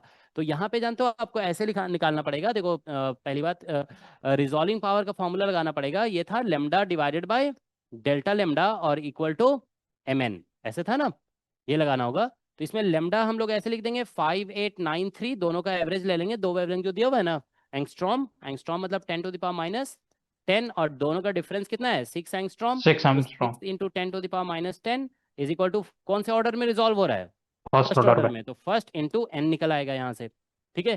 तो अब आप क्या बोलते हैं, यहाँ से कैलकुलेशन करो, ये कैंसिल हो गया, तो एन इक्वल टू कितना निकल गया 5893 और डिवाइडेड बाय 6, ठीक है ना। तो इतने लाइंस हैं वहां पे, इतने lines, these many lines are there, is that okay. ये लाइंस हो जाएंगे, क्योंकि इसमें बोला गया ना डिफ्रैक्शन ग्रेटिंग इस पे use to resolve two sodium D lines in first order diffraction. तो रिजॉल्व करने की बात हो रही है ना, तो रिजॉल्विंग पावर लगा देंगे। इसमें एन नहीं दिया हुआ था, ठीक है ना, एन दिया हुआ नहीं था, तो एन निकल गया यहाँ से, इज दैट ओके। तो अब देखो एन निकल गया ना, तो डी जो है ना ऐसे निकलेगा, डी इज इक्वल टू, ध्यान रखोगे विड्थ जो दिया है ना, विड्थ ऑफ स्लिट, मतलब sorry grating, width of grating, ये पूरे ग्रेटिंग का जो विड्थ है, और divided bye number of lines, ऐसे निकाल लोगे, ठीक है ना। तो विड्थ ऑफ ग्रेटिंग कितना दिया हुआ है 2 सेंटीमीटर, और divide by number of lines N हो जाएगा, ठीक है। तो यहाँ से देखो 2 इंटू 10⁻⁻2, और एन का वैल्यू निकाल लिख देंगे 5893, ठीक है, और ये डिवाइड बाय 6, तो ये तुम्हारा डी निकल जाएगा, ठीक है ना, दिस इज डी। तो ऐसा करो कि ये हो जाएगा 12 इंटू 10⁻⁻2 और डिवाइडेड बाई 5893, ठीक है ना। इतना डी निकल गया, इतना मीटर में निकल रहा है ये, ठीक है ना, दिस इज मीटर। ठीक है, इसको ऐसे ही रहने दो, ठीक है, वो बाद में कैलकुलेट कर लेंगे, ठीक है ना। तो 12 इंटू 10⁻⁻2 डिवाइड बाई 5893 इतना निकला हुआ है, ठीक है ना। डी निकल गया। अब देखो क्या करना होगा कि इसमें जो है ना दो वेवलेंथ तो दिया हुआ है, ठीक है, इसमें डी निकल गया, ऑर्डर कौन सा बोला गया है, फर्स्ट ऑर्डर, ठीक है। तो हम लोग देखो ऐसा करेंगे कि इसमें जो है ना, इसमें हम लोग फॉर लेमडा वन, देखो अगर हम ऐसे लिखते हैं D sine theta one is equal to M lambda one, ऐसे लिख देंगे, एम का वैल्यू वन है, तो यहाँ से देखो sine theta one is equal to ऐसा निकलेगा, देखो lambda one by D, M का वैल्यू वन लिख दे रहे हैं, ठीक है ना। तो ये ऐसा हो जाएगा। उसी तरह से similarly sine theta two is equal to M की जगह वन लिख दोगे और लेमडा टू और डिवाइडेड बाय डी आ जाएगा। Is that okay? तो हम लोग यहाँ से क्या करेंगे कि देखो यहाँ से निकालेंगे theta one is equal to हो जाएगा sine inverse lambda one by D, ऐसा हो गया। और फिर यहाँ से थीटा टू निकालेंगे, theta two that is equal to sine inverse lambda two by D, ऐसा हो गया। इसको एक और तरीके से सॉल्व कर सकते हैं, हम अभी बता देंगे, ठीक है ना। We can solve it by another method also, ठीक है ना। तो ये दोनों का एंगल निकल जाएगा, ठीक है। देखो अगर समझना है तो ऐसे समझ लो कि देखो ये मान लो ग्रेटिंग है, दिस इज ग्रेटिंग, ठीक है। अब ये स्क्रीन है, दिस इज स्क्रीन, ठीक है। तो ग्रेटिंग के सामने जो है ना देखो यहाँ पे बनेगा जीरोथ ऑर्डर, जीरोथ ऑर्डर कभी रिजॉल्व नहीं होता है, ध्यान रखेंगे। लेमडा वन का भी जीरोथ ऑर्डर यही बनेगा, लेमडा टू का भी जीरोथ ऑर्डर, क्योंकि समझ में आ रहा है ना। देखो एम जीरो पुट करोगे तो चाहे लेमडा कुछ भी हो, एंगल कितना निकलेगा, जीरो ही। तो फर्स्ट वेवलेंथ का भी जीरोथ ऑर्डर यहाँ पे, सेकंड वेवलेंथ का भी जीरोथ ऑर्डर यहीं पे बनेगा। ऑल राइट, ठीक है। अब देखो क्या होगा कि इसमें जो है ना मतलब ऐसा है कि फर्स्ट वेवलेंथ का मान लो फर्स्ट ऑर्डर मैक्सिमम यहाँ पे बन रहा है, कितने एंगल पे, थीटा वन पे। अब सेकंड वेवलेंथ का प्रिंसिपल मैक्सिमम लगभग मान लो यहाँ पे ऐसे बन रहा है, ये कितने एंगल पे बन रहा है, थीटा टू पे, मान लो ऐसा हो गया। तो देखो यहाँ से ऐसे देखेंगे हम कि ये थीटा वन एंगल पे, ये एंगल थीटा वन होगा और ये एंगल कितना होगा, this angle is theta two, पूरा यहाँ से। तो इन दोनों के बीच में जो एंगल होगा वो कितना होगा, theta two minus theta one. तो देखो ये ऐसा है थीटा, तो यहाँ पे हमको दोनों के बीच का लीनियर सेपरेशन ऐसे निकालने के लिए बोला गया है। तो ऐसा सिचुएशन आ रहा है ना, आप समझ रहे हो, यहाँ पे जैसे ऐसे करके ऐसे आ रहा है, ठीक है ना, ये स्क्रीन है ऐसे करके यहाँ पे। तो ये वाला लीनियर सेपरेशन निकालना है और ये वाला एंगल कितना है, theta two minus theta one. तो फिर वही बात है कि अभी हम लोग ऐसे लिखते हैं ना, angle is equal to arc upon radius, ठीक है ना, रेडियस। तो हम लोग यहाँ पे आर्क लेंथ अगर निकालना है ना तो बस क्या करना है, एंगल और मल्टीप्लाइड बाय रेडियस, ठीक है, रेडियस से मल्टीप्लाई कर देंगे। तो एंगल जो यहाँ निकल रहा है ना वो थीटा टू माइनस ये दोनों पोजीशंस के बीच में एंगल जो निकलेगा that is theta two minus theta one. और रेडियस मतलब ये डिस्टेंस अप्रोक्सीमेटली, तो ये डिस्टेंस कुछ दिया हुआ है ना, फोकल लेंथ वगैरह जो भी लिखा हुआ है रेडियस वो एफ लिख देंगे, ठीक है ना। ये तो बस ऐसे कर देना होगा, ठीक है। तो अब देखिए आप लोग कि इस तरीके से हम लोग कैलकुलेशन कर सकते हैं। तो थीटा वन यहाँ से निकल गया, थीटा टू निकल गया, ठीक है ना, क्योंकि डी तो हम लोग निकाल चुके हैं। तो ये कैलकुलेटर में पुट करो, ये थीटा वन थीटा टू निकालो, उसको फिर यहाँ पे पुट करो, ठीक है ना, और फिर आप कैलकुलेशन कर सकते हो, ठीक है। Then you can get the answer, ठीक है। तो देखो जरा एक बार कैलकुलेट करके आ रहा है कि नहीं आ रहा है आंसर। कैलकुलेशन करना पड़ता है, देखो एग्जाम में जो है ना कभी कभी कैलकुलेटिव क्वेश्चन आ जाता है इस तरीके का, ठीक है। तो करना, कैलकुलेशन करना पड़ेगा, कैलकुलेटर इसीलिए तो दिया जाता है।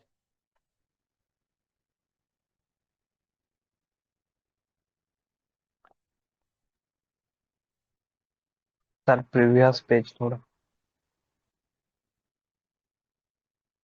तुम लोग को लॉजिक समझ में आया सभी को? हम लोग डी पहले तो निकाल लिए है ना, ये जो प्रीवियस स्लाइड में यहाँ पे कैलकुलेशन किए इस मेथड से हमारा डी निकल गया, ठीक है। और अब हम लोग डी को यूज करके और ये कैलकुलेशन कर रहे हैं, ठीक है।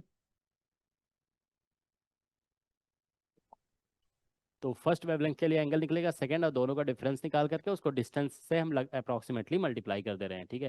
Then will get the answer, ठीक है। सर पहले वाले फॉर्मूले में किया मैंने, सेम आंसर आ रहा है क्या कह रहे जो हो? आपने कराया था।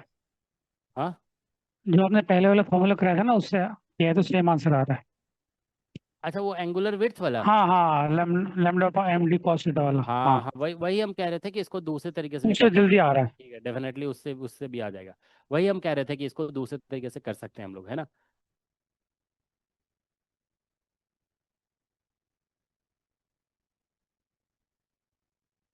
उससे जल्दी आ जाएगा डेफिनेटली, है ना।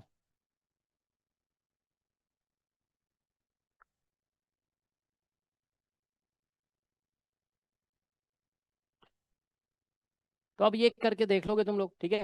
देखो ये इस तरह के कैलकुलेशन करना पड़ता है, ठीक है ना। अब हम भी मतलब कैलकुलेटर यूज करके ही करेंगे ना, अब ऐसे तो निकल नहीं सकता है, ठीक है। तो यहाँ से आप लोग ऐसा करोगे ना, देखो यहाँ थीटा डायरेक्ट पुट कर रहे हैं ना, तो इसको रेडियन में निकाल लोगे। ये दोनों रेडियन में अगर निकाल लोगे ना तो क्योंकि जब ऐसे एंगल पुट किया जाता है ना, तो ध्यान रखोगे इसमें एंगल जो पुट होगा वो किस में पुट होगा, रेडियन में। रेडियन में पुट होगा, ठीक है। तो अगर मान लो आप एंगल डिग्री में निकालते हो ना, तो उसको पाई बाई 180 से पहले मल्टीप्लाई करना पड़ेगा, ठीक है। तो करके देखोगे आंसर फिर जो है ना, ये जो सेपरेशन दिया हुआ है इसमें कितना कितना आंसर दिया हुआ है। देखो जैसे एक 6 माइक्रो, मतलब ऑर्डर थोड़ा डिफर कर रहा है, ठीक है ना। जैसे माइक्रोमीटर है, मिलीमीटर है। अब देखो ये माइक्रो है तो 60 है, और फिर नैनोमीटर है। तो बहुत क्लोज आंसर नहीं है, ठीक है ना, तो इसलिए आंसर पता चल जाएगा, है ना। कितना ऐसे आंसर तुम लोग कितना आ रहा है। अच्छा दूसरे वाले से किया, ठीक है। तो कितना आ रहा है, 6 आ जा रहा है ना, ठीक है।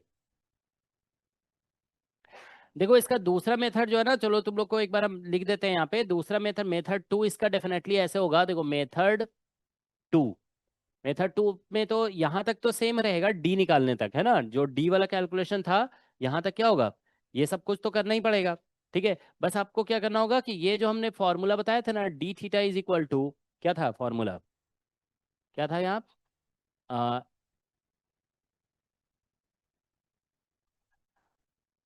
लेमडा, एम लेमडा था शायद, है ना। नहीं, लेमडा अपॉन एन डी, क्या था, एफ, अच्छा फोकल लेंथ है ना, हाँ ठीक है। तो एन डी और कॉस थीटा ये था, ठीक है ना। ऑल राइट, तो ये डी थीटा का फॉर्मूला हमने ये लीनियर डायमेंशन निकाल दिए थे ना, सॉरी डी थीटा हम लिख रहे थे ना, ठीक है। तो लीनियर डायमेंशन डायरेक्ट अगर आप निकालना चाहते हो तो ऐसे लिख सकते हो, this is linear dimension, linear dimension. ये डायरेक्ट आप लोग अप्लाई कर दोगे। अब यहाँ पे कॉस थीटा निकालने के लिए पहले फिर ये लगाना पड़ेगा आपको, D sine theta is equal to M lambda, M lambda लगाना पड़ेगा, है ना। तो यहाँ से क्या करना होगा कि पहले आपको साइन थीटा निकाल करके फिर उसका कॉस पुट करना होगा, ठीक है। तो फिर ये बन जाएगा क्वेश्चन, क्योंकि लेमडा फिर वहाँ पे एवरेज वैल्यू पुट कर दोगे, ठीक है ना। तो ये सब करने के बाद यहाँ से पहले साइन थीटा निकलेगा, ठीक है ना। लेमडा एवरेज वैल्यू यहाँ पुट कर दोगे, फिर यहाँ से कॉस थीटा साइन थीटा निकलेगा, उससे कॉस निकाल कर यहाँ पुट करोगे, then you will get the answer, ठीक है। तो इससे भी आ सकता है। तो इसको एक बार तुम लोग कर लोगे, एक बहुत कैलकुलेटिव क्वेश्चन है, ठीक है। हमने लॉजिक बता दिया आप लोगों को, ठीक है। ठीक है, तो नेक्स्ट क्वेश्चन पे आते हैं, ठीक है। देखो यहाँ पे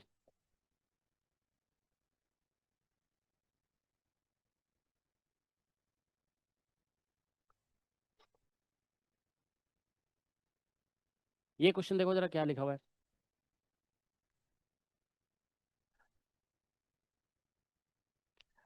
इसमें लिखा जा रहा है when laser light of wavelength lambda.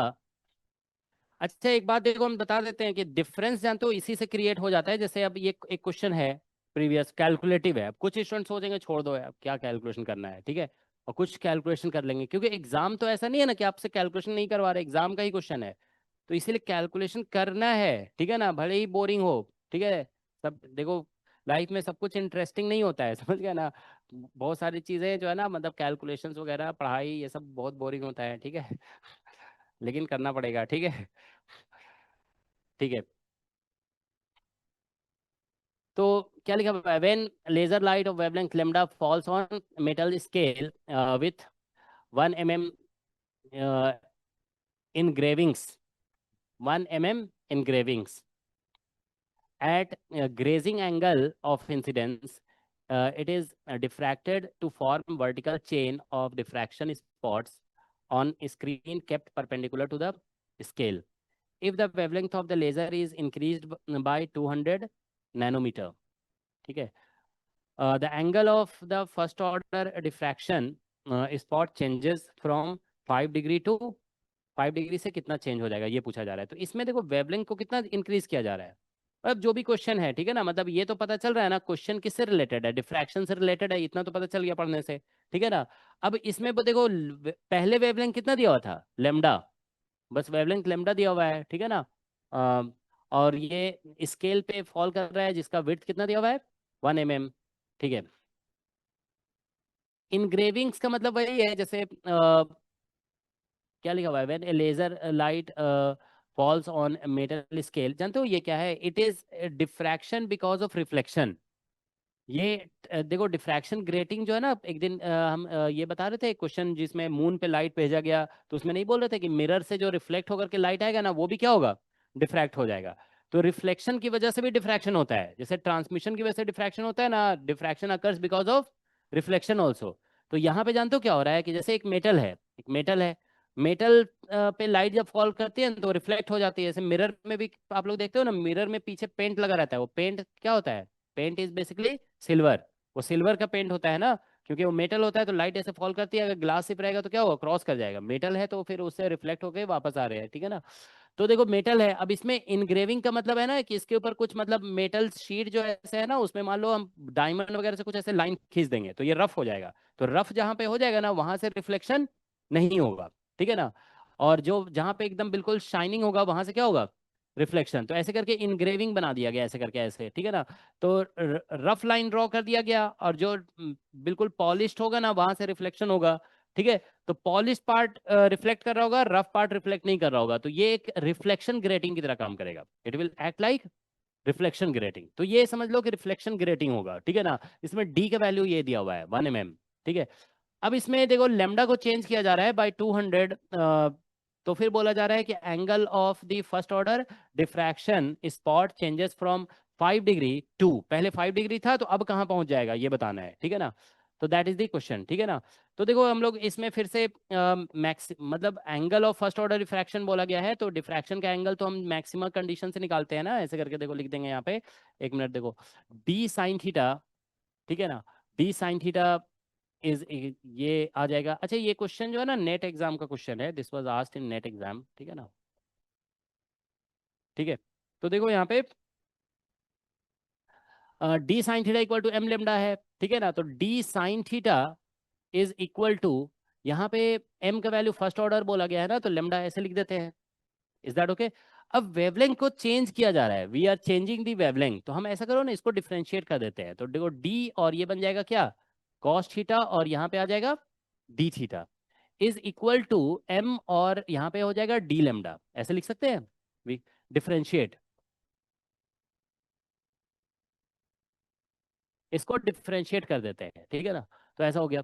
तो अब ऐसा लग रहा है देखो D theta is the change in angle because of change in wavelength delta lame, change in wavelength कितना है, डेल्टा लेमडा। तो अगर वेवलेंथ में चेंज डेल्टा लेमडा है तो एंगल में चेंज कितना आ रहा है, डी थीटा आ रहा है, इज दैट ऑल राइट, ठीक है। तो अब आप लोग देखिए यहाँ से कि अब हम लोग यहाँ पे क्या बोलते हैं, एंगल में चेंज जो निकाल लेंगे यहाँ से, d theta is equal to कितना आ गया एम, और ये हो गया डी लेमडा। अच्छा एम तो हम हटा दिए थे, 1 कर दिए थे ना, चलो कोई बात नहीं, अब समझ जाओगे, ठीक है ना। और divided by D cos theta ऐसे दिया हुआ है। अच्छा एक बात समझो कि ये जो है ना देखो एंगल साइन थीटा जो है ना लेमडा के प्रोपोर्शनल है, तो आप लेमडा का वैल्यू बढ़ाओगे ना तो साइन थीटा का वैल्यू बढ़ेगा, तो मतलब एंगल भी बढ़ जाएगा। तो अगर वेवलेंथ हम इंक्रीज कर रहे हैं ना तो एंगल भी क्या होगा, इंक्रीज करेगा, डिक्रीज नहीं करेगा, ठीक है ना। यहाँ पे आप ये कह सकते हो कि लेमडा अगर इंक्रीज कर रहा है तो एंगल भी क्या होगा, इंक्रीज करेगा, ठीक है ना, इट विल इंक्रीज, ठीक है। तो बस ये देखो एंगल, चेंज इन एंगल निकल गया, ऑर्डर 1 है, और वेवलेंथ कितना से इंक्रीज किया गया, 200 नैनोमीटर, ये 200 नैनोमीटर था। और डी का वैल्यू कितना दिया हुआ है 1 mm, और पहले कॉस 5 डिग्री दिया, पहले एंगल जो था ना 5 डिग्री था, देखो यहाँ पे लिखा हुआ है, ठीक है ना, इसमें देखो, हाँ इधर लिखा, if the wavelength of the laser is increased by 200 nanometer, the angle of the first order diffraction spot changes from 5 degree to, मतलब पहले कितना था 5 डिग्री, अब कितना हो जाएगा ये बताना है, ठीक है ना। तो चलो ठीक है, देखो यहाँ पे तो 5 डिग्री, अब इसको निकालो जरा, निकाल के बताओ देखो कितना आ रहा है ये, what is it coming out to be. ये अच्छा डी जो था ना 1 mm था, 1 mm, तो इसको ऐसे लिख देंगे 1 × 2 × 10⁻⁻7 हो गया ये, ठीक है ना, इतना ही आएगा ना, 10⁻⁻7, और mm से आ गया 10⁻⁻⁷, 3, ठीक है, और यहाँ पे cos 5 डिग्री। तो तुम लोग इसका वैल्यू जरा बता दो कितना आ रहा है कैलकुलेटर में। 0.996। पॉइंट कॉस नहीं, सिर्फ कॉस का है पूरे का? कॉस का क्यों पूछेंगे हम पूरे पूरे cos पूरे आ का रहा आ है। रहा है 2.008 इंटू 10 की पावर -4, 2.00। 2 पॉइंट कैसे आएगा, ये 10⁻⁷ भी तो मतलब है। -4 भी आ रहा है। हाँ आगे 10⁻⁷ भी लिखो, ठीक है ना, ये 10⁻⁴ हो जाएगा, ठीक है ना, यस सर। 10⁻⁴, ठीक है। और cos 5 डिग्री तो क्लोज टू 1 ही आएगा, है ना, तो हम 0.996 आ रहा है। है नहीं, गलत। 0.02 आ रहा है सर। यस सर 0.02 आ रहा है। 0.02 नो एक बार, सर। कितना आया नहीं, पॉइंट, cos 5 डिग्री जी 0.996 होता है। जो भी होता है, ठीक है ना, तुम लोग इसका पूरा वैल्यू बताया करो ना, हम उतना कैलकुलेट तो नहीं कर रहे सर हैं ना। 22.08 माइक्रोमीटर। माइक्रोमीटर नहीं होगा ना, मीटर तो नो कैंसिल हो सर। जाएगा, देखो ये मीटर है एंगल और है ये ना। भी मीटर है ना, तो ये मीटर मीटर तो कैंसिल हो गया ना, तो ये रेशियो है ना, देखो एंगल है, एंगल जो है ना ये रेडियन में निकलेगा, ठीक है ना। ये ध्यान रखो, ये यहाँ से जो निकल रहा है ना वो किस में निकल रहा है, रेडियन में, it is coming out to be in radian, degree नहीं है ये। तो एक मिनट सही से बताओ जरा तुम लोग इसको, 115 आएगा सर। एक बार तुम बोलो जरा कैलकुलेट करके कितना आ रहा है। 0.302। 0.302 नहीं नहीं, मतलब 002, 30 मतलब 0002। क्या तुम लोग बोलते रहते हो, एक थ्री मिनट जीरो मतलब फिर सर से बोलो। 00। अच्छा 30, अच्छा 000 हाँ ये मैं और क्या 2। 2, ऐसा आया, इतना रेडियन आया, ध्यान रखोगे। यस। देखो ये जो ऐसे निकालते हैं ना रेशियो वगैरह, वो क्या निकलता है, रेडियन। तो इसको जानते हो, ऐसे लिखो 0.002 इंटू 180 बाई पाई, पाई मतलब 3.14, ऐसे लिखना पड़ेगा, 3.14, ये निकल जाएगा अब डिग्री, ऐसे डिग्री, ये इतना डिग्री हो गया, ठीक है ना। तो अब आप देखिए मल्टीप्लाई करके ये कितना निकल रहा है, तो डी थीटा जो निकला ना वहां से इतना डिग्री निकलेगा, समझ गए सभी लोग, ध्यान रखेंगे जब भी रेशियो से ऐसे डी थीटा वगैरह निकलता है ना वो रेडियन में निकलता है, एसआई यूनिट एंगल का रेडियन है ना, तो रेडियन में निकलेगा, क्योंकि सब कुछ एसआई में पुट कर रहे हो तो आपको रेडियन में मिलेगा, उसको फिर हम डिग्री में चेंज करेंगे, ऑलराइट, ठीक है। कितना आया, 0.11114, इतना निकल गया। तो पहले जो एंगल था 5 डिग्री था, अब 5 में ये वाला ऐड हो जाएगा, 5.114 हो जाएगा, ये तो चेंज इन एंगल निकल रहा है ना, ठीक है। तो अब क्या 0.0114 होगा ना? 0.0114 आ रहा है, हाँ, क्योंकि आपने वहां पे गलत लिखा है, 0.002 लिखा है वहां पे, अच्छा अच्छा ट्रिपल वो जीरो। हमसे ही गलती हो गया, हाँ सही कह रहे हो तुम, ठीक है ना, ये जो है ना 0.3 था ना, 0.002 था, ठीक है, 30 था ऊपर में, है ना, ठीक है। तो ये 0.0114 ऐसा आ गया, ठीक है। तो एंगल में देखो एक बात समझो, वेवलेंथ में कितना चेंज बोला था क्वेश्चन में, वेवलेंथ में जो डिग्री। चेंज था वो कितना था, 200 है, तो डेल्टा लेमडा की जगह 200 नैनोमीटर लिखे, ठीक है ना।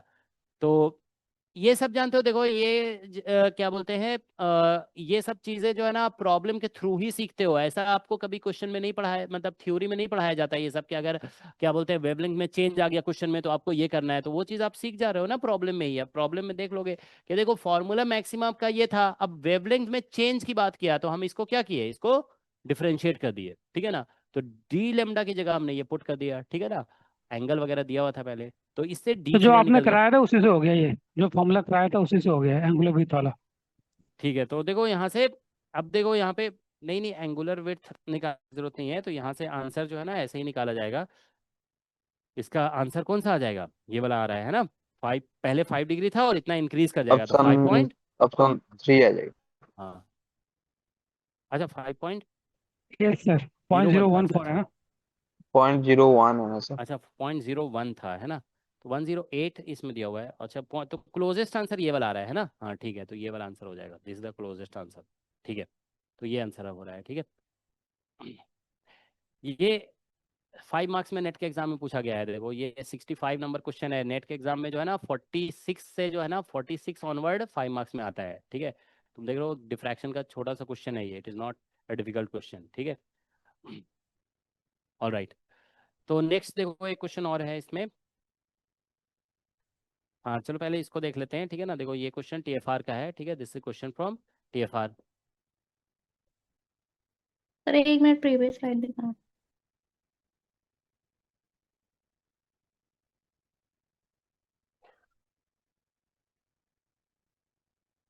अच्छा प्रीवियस तो पता ये नहीं तो कौन फर्स्ट सा, क्वेश्चन है ना। एक प्रीवियस में भी कहाँ पे थे हम लोग। अच्छा यहाँ पे थे, है ना, हाँ ये था।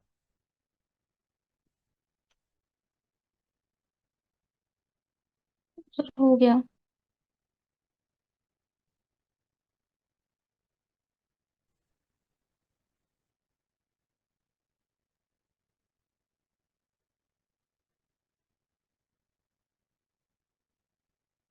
ठीक है, तो देखो एक क्वेश्चन पहले इसको डिस्कस करते हैं, उसके बाद एक कुछ चीज़ें और हम लोग डिस्कस कर लेंगे, ठीक है।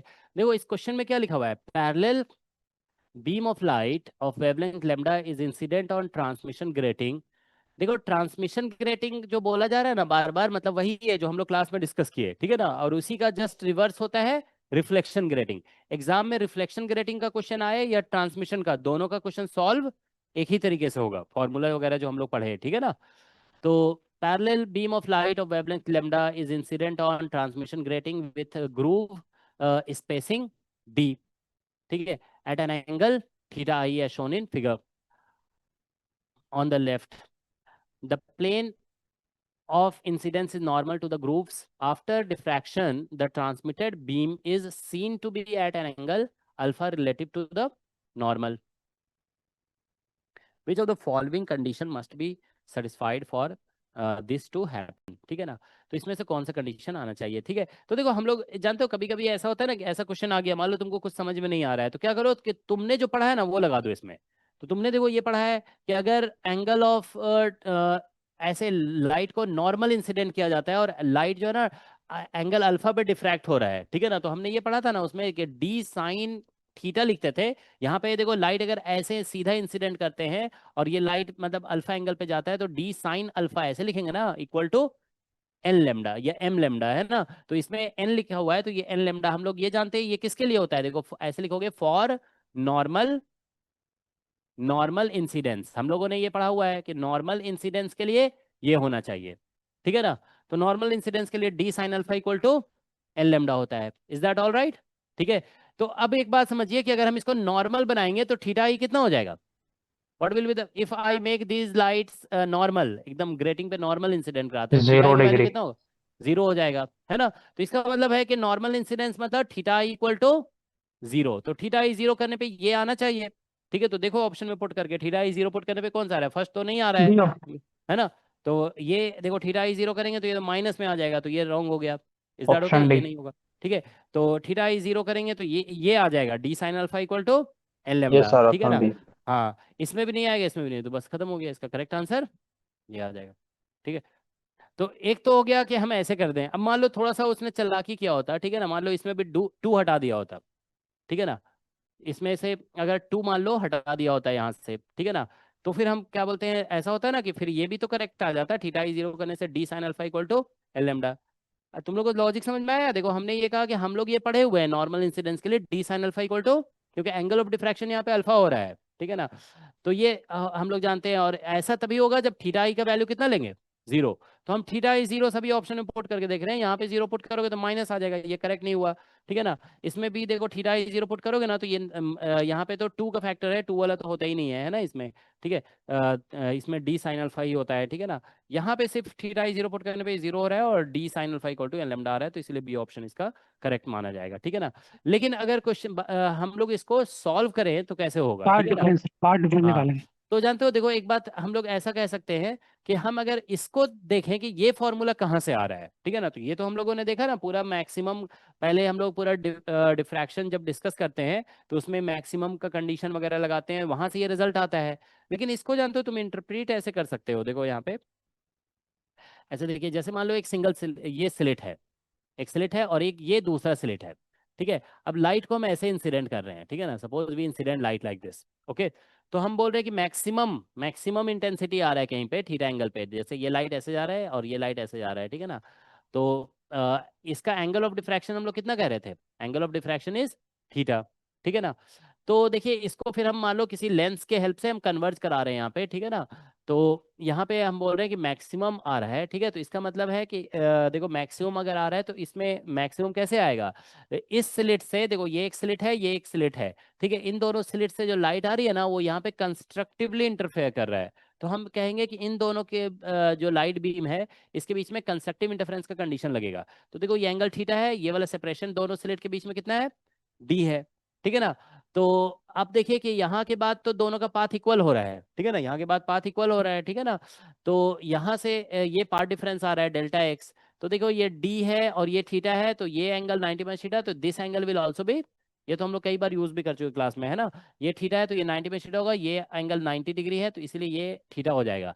अब आप यहाँ पे डेल्टा ऐसे लिखोगे ना, sine theta is equal to, तो ये part delta X by D आ जाएगा। तो यहाँ से डेल्टा एक्स जब निकालेंगे ना तो that will be equal to D sine theta, ऐसा हो जाएगा, delta x is equal to D sine theta. तो हम जानते हैं कंस्ट्रक्टिव इंटरफेरेंस का कंडीशन क्या होता है, part difference should be equal to N lambda. तो आप ऐसा कह सकते हो कि यहाँ पे जो है ना D sine theta is equal to N lambda जो आ रहा है ना, that is nothing but condition of constructive interference, ठीक है ना। जो डिफ्रैक्शन में ये डिफ्रैक्शन मैक्सिमम का कंडीशन है, ये कह सकते हो कंडीशन ऑफ डिफ्रैक्शन मैक्सिमम है, ठीक है। This is condition of diffraction maximum, ठीक है ना। तो ये डिफ्रैक्शन मैक्सिमम कंडीशन है, बट कमिंग फ्रॉम कहां से आ रहा है, but coming from condition of interference maximum, है ना, ठीक है। So coming from condition of constructive interference, condition of constructive interference, interference, ये कंस्ट्रक्टिव इंटरफेरेंस के कंडीशन से आ जा रहा है ये, ठीक है ना। It is coming from condition of constructive interference, alright. तो अब आप देखिए कि इस क्वेश्चन में जैसे इधर दिया हुआ है, ठीक है, देखो यहाँ से इसको अगर हम देखें, जैसे ये क्वेश्चन है इसमें ऑब्लिक इंसिडेंस कर दिया है, ठीक है। तो देखो क्या होगा कि यहाँ से आप ऐसे परपेंडिकुलर ड्रॉ कर दोगे, ये एंगल कितना दिया हुआ है, थीटा ही, ठीक है ना। तो ये थीटा ही दिया हुआ है, ये डिस्टेंस यहाँ से ज्यादा कितना दिया हुआ है, this is given to be d. तो हम पहले ही देख रहे हैं कि दोनों भी देखो, ये परपेंडिकुलर से पहले दोनों का पाथ इक्वल होगा दोनों बीम का, ये पहले से ही पार्ट डिफरेंस है, स्लिट मतलब ये ग्रेटिंग में एंटर करने से पहले ही दोनों बीम के बीच में एक पार्ट डिफरेंस है। अब ग्रेटिंग के बाद जैसे ये इधर जाकर के कहीं पे मतलब कह सकते हो कन्वर्ज करेगा with the help of some convex lens, ठीक है। तो अब आप देखो कि यहाँ के बाद भी इधर जा रहा है ना, तो ये वाला पाथ ज्यादा दिख रहा है, तो यहाँ से हम ऐसे करेंगे ना, देखो यहाँ पे ऐसा करो, इसको तो थोड़ा इरेज कर देते हैं अभी, ठीक है।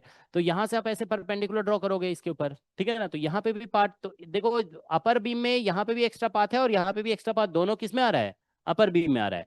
तो ये तुम निकालोगे ना, देखो यहाँ से फिर वही बात है, ये जो लेंथ है ना ये डी है, और ये एंगल जैसे थीटा आई दिया हुआ है, तो यहाँ पे ये जो एंगल निकलेगा ना यहाँ पे, ठीक है, this angle is theta I, ये 90 माइनस थीटा आई, तो this angle will be theta I, और ये एंगल अल्फा आई दिया हुआ है, तो ये 90 माइनस अल्फा आई, तो ये वाला एंगल जो निकलेगा ना यहाँ पे, ये बन जाएगा कितना, अल्फा, ठीक है। तो इधर से देखो ये जो डिस्टेंस निकलेगा यहाँ पे, ये डिस्टेंस ये निकलेगा तुम्हारा डी साइन अल्फा, और इधर से ये जो डिस्टेंस निकलेगा ये डी साइन थीटा आई, ये ऐसे निकल जाएगा। तो दोनों बीम के बीच में जो पार्ट डिफरेंस आ रहा है ना, टोटल पार्ट डिफरेंस, वो ऐसे लिखना पड़ेगा, डी साइन थीटा आई प्लस डी साइन अल्फा।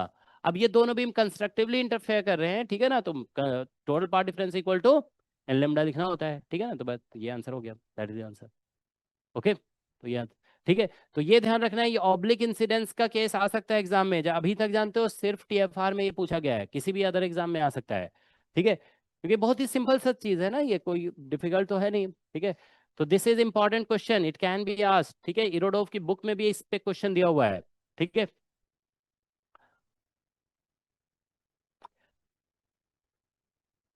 ये इंपॉर्टेंट है, ठीक है। सर ये कौन से ईयर में पूछा था, क्या, कौन से ईयर का है? अब मुझे उतना ईयर ध्यान में नहीं है, ठीक है ना, ये है क्वेश्चन टीएफआर का, ठीक है ना, हाँ 2013 है ना, ठीक है, ऑलराइट।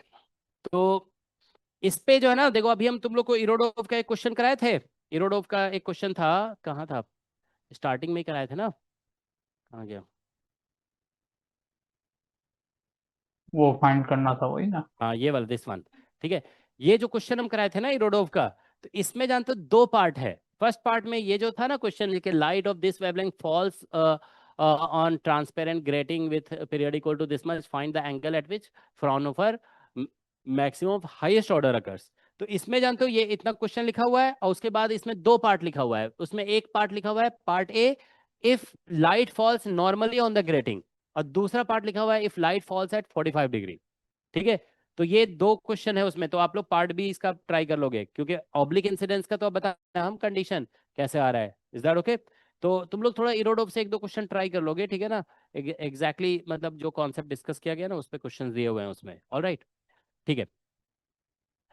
अब देखिए हम लोग नेक्स्ट जो है ना कॉन्सेप्ट डिस्कस करने जा रहे हैं, ठीक है? Just a minute. अच्छा, जस्ट एक ये हम क्वेश्चन दिखा दे रहे हैं। देखो ये क्वेश्चन एक आईआईटी जैम में आया था, ये तो मतलब कराने की जरूरत नहीं है ठीक है, देखो कितना आसान सा क्वेश्चन ऑप्शन सी, है ना। इसमें क्या लिखा हुआ है? One of the following Single character intensity distribution of Fraunhofer diffraction due to single slit. Single slit का बस फिगर पूछ दिया है कौन सा है, ठीक है? ऑप्शन सी, सी आ जाएगा, ठीक है ना? ऑलराइट, सिंक फंक्शन वाला ग्राफ। ठीक है। तो देखो एक कॉन्सेप्ट अभी डिस्कस कर रहे हैं, ठीक है ना? डिफ्रैक्शन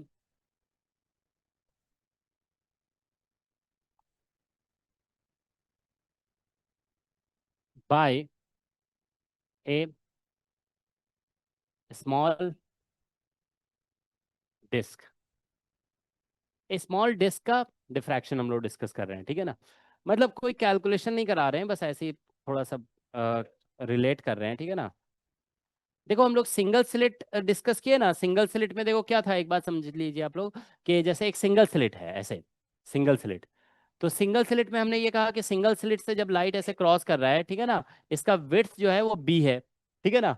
तो स्क्रीन जो फ्रंट में होगा यहाँ पे ऐसे स्क्रीन है, ठीक है? तो स्क्रीन में एकदम स्लिट के सामने क्या बन रहा था? सबसे पहले मैक्सिमम बना, और फिर यहाँ पे मिनिमम बन रहा है, ठीक है ना? तो देखो अगर एक डिस्क होगा ना, तो डिस्क से भी हम लोग याद है जब इंट्रोडक्शन दे रहे थे डिफ्रैक्शन का, तो उसमें हम बताए थे कि वो सर्कुलर ये, वाला था। हाँ, कि एक डिस्क पे जब लाइट ऐसे इंसिडेंट किया जाता है तो एक्चुअली क्या होता है कि यहाँ पे जैसे लाइट ऐसे इंसिडेंट किया गया, तो ये पॉइसन ने थ्योरेटिकली ये शो करके दिखाया था अपने एसे में। हम बताया था ना कि एसे कंपटीशन होता था, तो उस एसे में ये शो किया था उसने कैलकुलेशन से कि अगर डिस्क बहुत ही स्मॉल है, if it is very small, तो यहाँ से लाइट ऐसे बेंड होगा और यहाँ से लाइट बेंड होगा, तो यहाँ पे क्या बनेगा? Poisson spot. मैक्सिमा। तो जानते हो Bright ये maximum. मतलब कहा गया इस चीज को, जानते हो कि ये पॉसिबल सिर्फ और सिर्फ वेव के लिए हो सकता है, पार्टिकल के लिए पॉसिबल नहीं होगा। तो मतलब इसको भी जानते हो वेव नेचर के सपोर्ट में एक मतलब बिग स्टेप माना गया था। और फिर बाद में जब एक्सपेरिमेंट किया गया ना, तो देखा गया कि हाँ small very small disc, very small disc कहने का मतलब जानते हो, जैसे कोई एटम है, मान लो एटम के ऊपर लाइट शाइन कर रहे हो, तो एटम तो बहुत ही स्मॉल हो गया ना, ठीक है? तो एटम तो मतलब यहाँ पे फ्रंट में हम एक्सपेक्ट करेंगे कि डार्क होना चाहिए, लेकिन लाइट इसके ऊपर शाइन किया जा रहा है, तो यहाँ पे क्या आता है? ब्राइट आता है, ठीक है ना? तो ये चीज क्या बोलते हैं, वेव थ्योरी के सपोर्ट में एक बिग स्टेप माना गया इस चीज को, ठीक है? तो देखो क्या होता है कि लाइट ऐसे शाइन कर रहे हैं ना इसके ऊपर, तो ये डिस्क है, डिस्क का डायमीटर जो ऐसे दिया हुआ है, डिस्क डायमीटर को हम लोग बी बोल देते हैं, ठीक है? तो यहाँ पे क्या होता है कि बीच में यहाँ पे मैक्सिमा बन जाता है, ठीक है ना? क्योंकि देखो यहाँ से लाइट बेंड होकर के आ रही है, यहाँ से बेंड होकर आ रही है, दोनों का पाथ लेंथ इक्वल हो रहा है, तो पाथ डिफरेंस जीरो हो गया। और पाथ डिफरेंस जब जीरो होता है तो हम जानते हैं कि मैक्सिमम बनता है। तो इसीलिए जानते हो यहाँ पे एक्चुअली मतलब डिफ्रैक्शन पैटर्न जो बनता है ना, देखो डिफ्रैक्शन पैटर्न, तो डिफ्रैक्शन पैटर्न इसमें ऐसे ही बन जाता है, ठीक है ना? It looks something like this, ठीक है? तो यहाँ पे बीच में एक ब्राइट डिस्क बन गया ऐसे, ये ब्राइट डिस्क आ गया। अब ब्राइट स्पॉट आ गया, फिर उसके बाद डार्क, और फिर उसके बाद ब्राइट, ऐसे बनने लगता है, ठीक है ना? तो ये इसका डिफ्रैक्शन पैटर्न ऐसे ही बन जाता है फिर इसका भी, मतलब कह सकते हो सिमिलर टू सिंगल स्लिट, मतलब सिंगल सर्कुलर स्लिट है ना, सर्कुलर स्लिट का जो उसी के जैसा ये भी बन जाता है, ठीक है ना? तो अब देखो ये जो हम लोग ये जो यहाँ पे बीच में ब्राइट स्पॉट आ रहा है ना, और उसके बाद जो मिनिमम आ रहा है, तो ये मिनिमम जो है ना रफली इस डिस्क के साइज का एस्टिमेशन देता है, ठीक है ना? मतलब हम ये कह सकते हैं कि इसका जो साइज होगा, जैसे आप ऐसे भी कह सकते हो, ये मिनिमम का कंडीशन इसमें क्या बताया गया था, ऐसे लिखा गया ना, b sine theta is equal to m n lambda, ऐसे बताया था ना ये मिनिमम कंडीशन, तो इसमें भी वही आएगा मिनिमम कंडीशन, ठीक है ना। तो आप ये कह सकते हो कि इसमें देखो मिनिमम फॉर मिनिमम, मिनिमम के लिए आ जाता है यहाँ पे B sine theta is equal to N lambda, ये मिनिमम का वैल्यू हो गया। एन जो है यहाँ पे एन इक्वल टू 1 2 3 ऐसा आ जाता है, ठीक है ना। तो मतलब देखो क्या होगा कि यहाँ से अगर हम लोग फर्स्ट ऑर्डर मिनिमम लेते हैं, देखो for first order minimum, first order minimum के लिए ऐसे लिख देंगे बी साइन थीटा, ठीक है ना, b sine sine theta is of the order of, यानी यहाँ पे कितना आ जाएगा 1 लेमडा, ठीक है ना। तो ये एंगल जनरली स्मॉल होता है, तो इसलिए मतलब यहाँ से जो है ना ऐसे कैलकुलेशन कर लिया जाता है, देखो बी और इनटू थीटा लिख देते हैं, that is approximately equal to lambda, ठीक है ना। तो बी इज इक्वल टू, ठीक है, यहाँ से देखो बी आ जाएगा, b is of the order of lambda upon theta. तो थीटा हो गया angle at which first minimum occurs, ठीक है ना। तो अगर हम फर्स्ट मिनिमम कहाँ पे अकर कर रहा है वो हम कैलकुलेट कर लेते हैं ना, तो इससे मतलब जो जिस डिस्क से या एटम से या मॉलिक्यूल से जिससे भी डिफ्रैक्शन हो रहा है उसका रफली साइज निकल आएगा। तो ये जानते हो एक बहुत ही मतलब कह सकते हो इंपॉर्टेंट एक्सपेरिमेंटल टेक्निक माना जाता है, जिसे यूज किया जाता है for size determination of atoms and molecules, ठीक है ना। तो एक्सपेरिमेंटली इस तरह से मतलब फर्स्ट मिनिमम का पोजीशन निकालकर हम साइज को डिटरमाइन कर लेते हैं, ठीक है ना। बी मतलब क्या हो गया इसका डायमीटर, डायमीटर मीन साइज इसका निकल जाएगा, ठीक है। So it is used, it is used to determine size, ठीक है, of atoms या molecules etc, ठीक है ना। तो हम लोग को सिर्फ मेजर क्या करना होगा, ठीक है ना, it is use to determine size of atoms and molecules. इसमें क्या है कि थीटा इज मेजर्ड एक्सपेरिमेंटली, ठीक है ना, थीटा इज मेजर्ड एक्सपेरिमेंटली,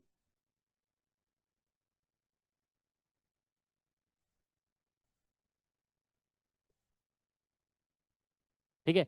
तो थीटा को एक्सपेरिमेंटली बस यहाँ पे मेजर करना पड़ता है, ठीक है। समझ में आ रहा है सभी को, थीटा अगर हम एक्सपेरिमेंटली मेजर कर लेंगे, लेमडा तो हमें पता ही है, ठीक है, तो बस हम बी डिटरमाइन कर लेंगे, ठीक है। So this is used in experimental techniques, okay. तो देखो इस पे एक क्वेश्चन दिया हुआ है, वो हम लोग, तो मतलब देखो इसमें हम कुछ नया नहीं बताया है, मतलब हम ये कह रहे हैं कि अगर डिस्क से डिफ्रैक्शन हो रहा है, सिंगल स्लिट से हो रहा है, तो दोनों में ऑलमोस्ट एक ही जैसी थ्योरी लग रही है, ठीक है ना। Similar theory applies in both cases, alright, ठीक है। तो देखो एक क्वेश्चन शो कर रहे हैं आप लोगों को, ये क्वेश्चन है, हाँ देखो ये है, देखो क्वेश्चन पढ़ने से ऐसा लगता है जैसे न्यूक्लियर फिजिक्स वगैरह का क्वेश्चन है, but actually it is a question of diffraction. देखो इसमें लिखा हुआ है स्कैटरिंग एक्सपेरिमेंट है ना, but actually it is diffraction. Scattering का मतलब क्या है कि देखो जैसे हम कोई पार्टिकल के ऊपर दूसरा पार्टिकल इंसिडेंट करते हो तो क्या होता है, जैसे मान लीजिए एक पार्टिकल है, उसके ऊपर एक दूसरा पार्टिकल इंसिडेंट कर रहे हो, तो इसी को क्या बोलते हैं, स्कैटरिंग। स्कैटर होता है। लेकिन क्वांटम मैकेनिक्स के अकॉर्डिंग ये अगर पार्टिकल वेव की तरह बिहेव करने लगा, तो फिर यहाँ पे क्या होगा, डिफ्रैक्शन हो ओवरकम जाएगा, कर जाएगा। डिफ्रैक्शन हो जाएगा ना। ये यहाँ से क्या है, ऑब्स्टिकल, ऑब्स्टिकल पे आके लाइट गिरेगा तो ये मतलब वेव गिरेगा तो डिफ्रैक्ट हो जाएगा, ठीक है ना। तो बोला जा रहा है स्कैटरिंग, लेकिन हम वेव थ्योरी लगा देंगे ना, मैटर वेव मान लेंगे इंसिडेंट पार्टिकल को, तो वो डिफ्रैक्शन शो करेगा। तो क्या लिखा हुआ है, in scattering experiment a beam of electron with energy 420 mega electron volt scatters off an atomic nucleus in if the first minimum of the differential cross section is observed at angle of scattering angle of 45 degree. तो first minimum दे दिया है कहाँ पे, 45 degree पे। अच्छा एक बात समझ लो तुम लोग, देखो क्वेश्चन के अकॉर्डिंग हमें थोड़ा सा ध्यान रखना होता है ना। देखो अभी जैसे हम लोग ये डिस्कस कर रहे थे ना, कहाँ पे था वो, हाँ देखो जैसे इसमें हम बोले थे, हम थीटा को मिनिमम बोले थे, ठीक है, मतलब सॉरी स्मॉल बोले थे, तो हम क्या किए थे, साइन थीटा को थीटा लिख देते हैं, लेकिन इसमें स्मॉल नहीं बोला जा रहा है, कितना बोला जा रहा है 45। तो हम यहाँ पे इसी को यूज कर देंगे, b sine theta equal to 1 lambda first order के लिए, और यहाँ पे थीटा को 45 लिख देंगे, ओके, ठीक है।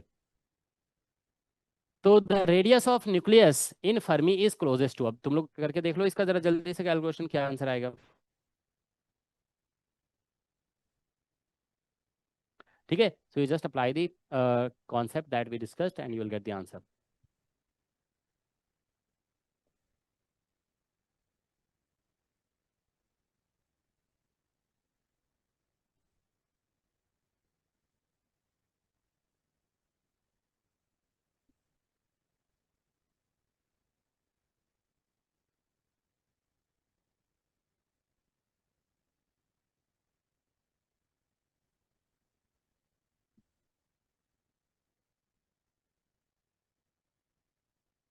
ये क्वेश्चन नेट के एग्जाम में पूछा गया था, ठीक है, this was asked in net.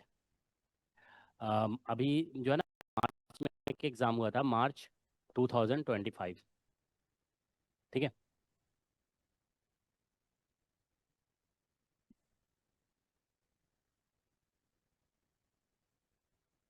तो बस हम लोग ये लगा देते हैं यहाँ पे, देखो बी क्या था फॉर्मूला हमारा, b sine theta is equal to l lambda, ठीक है ना। तो बी और यहाँ पे साइन कितना दिया हुआ है 45 is equal to first minimum बोला जा रहा है ना, फर्स्ट में एन को 1 लिख देंगे और मल्टीप्लाइड बाय लेमडा। तो यहाँ से बी इक्वल टू हो जाएगा कितना √2 लेमडा, ठीक है। तो √2 और लेमडा आप जानते हो डी ब्रोगली हाइपोथेसिस के अकॉर्डिंग h/p हो जाएगा, है ना, h/p हो गया। तो यहाँ से देखो बी मतलब यहाँ पे डायमीटर होगा, ध्यान रखोगे कोई भी मॉलिक्यूल है ना, जैसे ऐसे करके इसमें क्या बोला गया है, रेडियस ऑफ न्यूक्लियस, न्यूक्लियस है ये, तो न्यूक्लियस का बी जो इसको बी बोलेंगे, बी मतलब डायमीटर, विड्थ जैसे सिंगल स्लिट का विड्थ था, ठीक है। तो रेडियस निकालने के लिए इसका हाफ करना होगा, ठीक है ना। तो अब आप देखिए इतना आ गया। अब इसमें एनर्जी दिया हुआ है, मोमेंटम निकालना है, कैसे निकालोगे?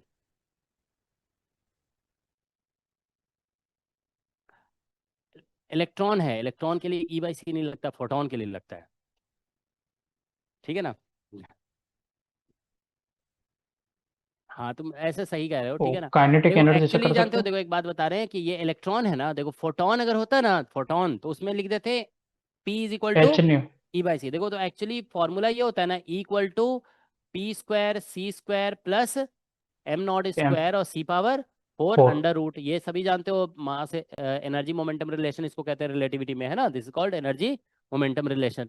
तो एक बात समझो, अगर फोटोन होता है ना तो उसका रेस्ट मास 0 हो जाता है, रेस्ट मास इज 0। तो 0 जब पुट करते हो ना तो यहाँ से E इक्वल टू PC आता है, तो P इक्वल टू क्या बन जाता है E/c। लेकिन एक बात ध्यान रखेंगे कि देखो फॉर इलेक्ट्रॉन, इलेक्ट्रॉन के लिए जो है ना वो रेस्ट मास m0 जो होता है ना वो ठीक है, एक्चुअली इसका वैल्यू जो होता है वो 0 पॉइंट, या ऐसे लिख दो m0 रेस्ट मास एनर्जी बोल देते हैं, 0 m0 C², इसका वैल्यू 0.511 मेगा 1 इलेक्ट्रॉन वोल्ट इतना इलेक्ट्रॉन होता है। वोल्ट। तो एक्चुअली आप देखो कि m0 C² का वैल्यू जो है ना वो बहुत छोटा है, 0.511। तो इसका स्क्वायर करोगे ना, देखो m0 स्क्वायर और C⁴ इसका वैल्यू निकालोगे ना तो 0.25, ठीक है ना, 0.25 ऐसा आ जाएगा, ठीक है ना, मेगा 26 आ रहा है। इलेक्ट्रॉन वोल्ट, हाँ जो भी आ रहा है, ठीक है। तो ये इतना आ जाएगा लगभग, ठीक है ना। तो अब देखो ये आया 0.25, और एक बात सोचो कि इसमें जो है ना ये एनर्जी कितना दिया हुआ है, एनर्जी दिया हुआ है, ठीक है ना, 420 मेगा इलेक्ट्रॉन वोल्ट। तो ऐसे सोचिए कि इसमें तो हम पुट कर रहे हैं सिर्फ कितना 0.25, तो इसका मतलब जो ये 420 इसका आंसर आ रहा है एनर्जी का, वो किसकी वजह से आ रहा है, वो इतना पी हाई स्क्वायर एनर्जी जो आ रहा है ना वो किसकी वजह से आ रहा है, पी मोमेंटम की स्क्वायर वजह से से। इसका तो कंट्रीब्यूशन बहुत ही छोटा है, तो इसका मतलब ये बहुत हाई है, और ये इतना मतलब इसका वैल्यू जो आएगा ना वो लगभग मतलब 420 के आसपास ही आ रहा होगा, तभी इस क्योंकि ये तो बहुत ही स्मॉल वैल्यू है, उसमें लार्ज वैल्यू ऐड हो रहा है, तो ये 420 आ रहा है। तो जानते हो जब भी अगर ऐसा होगा ना कि बहुत लार्ज एनर्जी हो जाता है इलेक्ट्रॉन का, रेस्ट मास एनर्जी कंपैरिजन में बहुत लार्ज एनर्जी हो रहा है, तो इसका अल्ट्रा मतलब इसको आप रिलेटिविस्टिक। नेग्लेक्ट कर सकते हो, ठीक है ना। तो यहाँ पे आप ये कह सकते हो फॉर इट इज, ये इसको कहोगे it is ultra relativistic case, इसको बोलते हैं इट इज अल्ट्रा रिलेटिविस्टिक। ये जो है ना अल्ट्रा रिलेटिविस्टिक केस बोला जाता है इसको, रिलेटिविस्टिक केस। तो इसमें जो है ना एनर्जी को अप्रोक्सीमेटली PC लिख देते हैं, क्योंकि इसका कंट्रीब्यूशन तो बहुत छोटा है, ये बहुत हाई है, ठीक है ना, एग्जैक्ट नहीं है ये, अप्रोक्सीमेटली। तो यहाँ से देखो P इक्वल टू कितना आ जाएगा, P इज अप्रोक्सीमेटली E/c। तो अब यहाँ पे लिख देंगे, देखो यहाँ पे, so therefore B is equal to आ जाएगा √2, और H का वैल्यू हम देखो यहाँ पे, सॉरी H है और P की जगह लिखेंगे E/c, ठीक है ना। तो ये ऊपर चला जाएगा, तो ये हो जाएगा कितना HC और डिवाइडेड बाई E, ठीक है ना। तो इसको देखो हम कैलकुलेट करा दे रहे हैं, ठीक है ना। तो इसमें एक मिनट,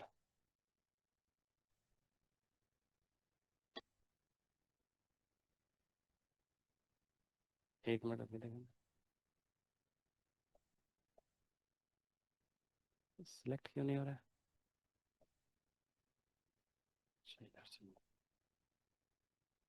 हाँ तो देखो इसमें जो है ना HC का वैल्यू तुम लोग जानते होगा ना 1242 इलेक्ट्रॉन वोल्ट और नैनोमीटर होता है, ये ध्यान रखेंगे।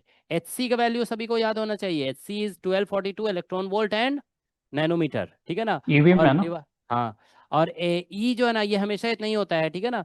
ई का वैल्यू कितना दिया हुआ है, ई जो दिया हुआ है 420, ठीक है ना, 420 मेगा इलेक्ट्रॉन वोल्ट, ये मेगा इलेक्ट्रॉन वोल्ट। तो इलेक्ट्रॉन वोल्ट कैंसिल होगा, मेगा में 10 पावर 6 आ जाएगा, और ये इधर √2 भी है, ठीक है ना। तो इसका वैल्यू मतलब बी का वैल्यू जो आ रहा है ना वो देखो कितना, मेगा में 10 पावर 6 आएगा, ठीक है ना, और यहाँ पे 10 पावर -9 है, तो 10 पावर-15 हो जाएगा, तो मतलब फर्मी मीटर बन जाएगा। तो ये बन जाएगा 1242, ठीक है, और बाई 420, ठीक है ना, मल्टीप्लाइड बाई √2, इतना नैनोमीटर हो गया ना नैनोमीटर की 9 और 6।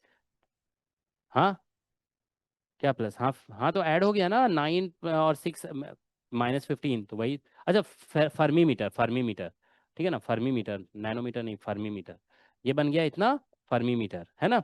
ठीक है, तो ये इतना आ गया, तो देखो ये बी निकला, तो हमको क्या निकालना था, रेडियस। तो रेडियस जो था ना वो b/2 है, तो b/2 करेंगे ना तो ये हो जाएगा 621 और √2 और डिवाइडेड बाय 420, इतना फर्मी मीटर, ये आंसर आ गया। ठीक है, अब तुम डिवाइड करके देख लो कितना आंसर आ रहा है। 2 पॉइंट, तो ये आ रहा है 2.5 2.08, है ना, 8 फर्मी मीटर ये आ रहा है। तो देखो हमारा क्लोजेस्ट आंसर कौन सा आ रहा है, 2.08 आ रहा है, सही से देख लो करके कैलकुलेशन जरा। नहीं सर, ज्यादा आएगा। चलो जो भी है 2.08 आ गया, ठीक है ना। तो अच्छा एक बात तुम लोग को याद है, हम ये इसमें नहीं, चलो ठीक है, इसको इतना भी लिख सकते हो 2.08, तो मतलब हमें रफली तो आइडिया पता चल रहा है ना आंसर का। क्लोजेस्ट आंसर कौन सा आ रहा है, सी ऑप्शन, ठीक है ना, सी ऑप्शन आ रहा है, ठीक है ना। नहीं नहीं बिल्कुल नहीं लगेगा उससे, ठीक है ना, वो नहीं आएगा, ठीक है। इसमें जो लगेगा ना वो यही लगेगा, ठीक है, क्योंकि ये अल्ट्रा रिलेटिविस्टिक है ना, ये अल्ट्रा रिलेटिविस्टिक में वो नहीं लगता है, ठीक है ना, इसमें आपको यही लगाना पड़ेगा, ठीक है। तो ये इसका आंसर हो गया, तो क्लोजेस्ट, इसका क्लोजेस्ट, अच्छा इसमें देखो ऊपर नीचे ये होने की वजह से ये थोड़ा ये हो रहा है। इसका करेक्ट आंसर कौन सा आया, सी ऑप्शन आ रहा है, ठीक है ना। ठीक है, तो चलो वो फिर क्या हम स्टॉप करते हैं, ठीक है। सर एक रिक्वेस्ट है, ये पीडीएफ प्लीज आप टेलीग्राम पे शेयर कर सकते हो, क्वेश्चन नहीं लिखे हैं सबके।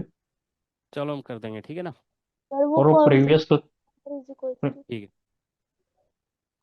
अक्टूबर वाले जो लिए थे ना 9 और 10 को, उसकी भी ठीक नहीं मिली अभी तक।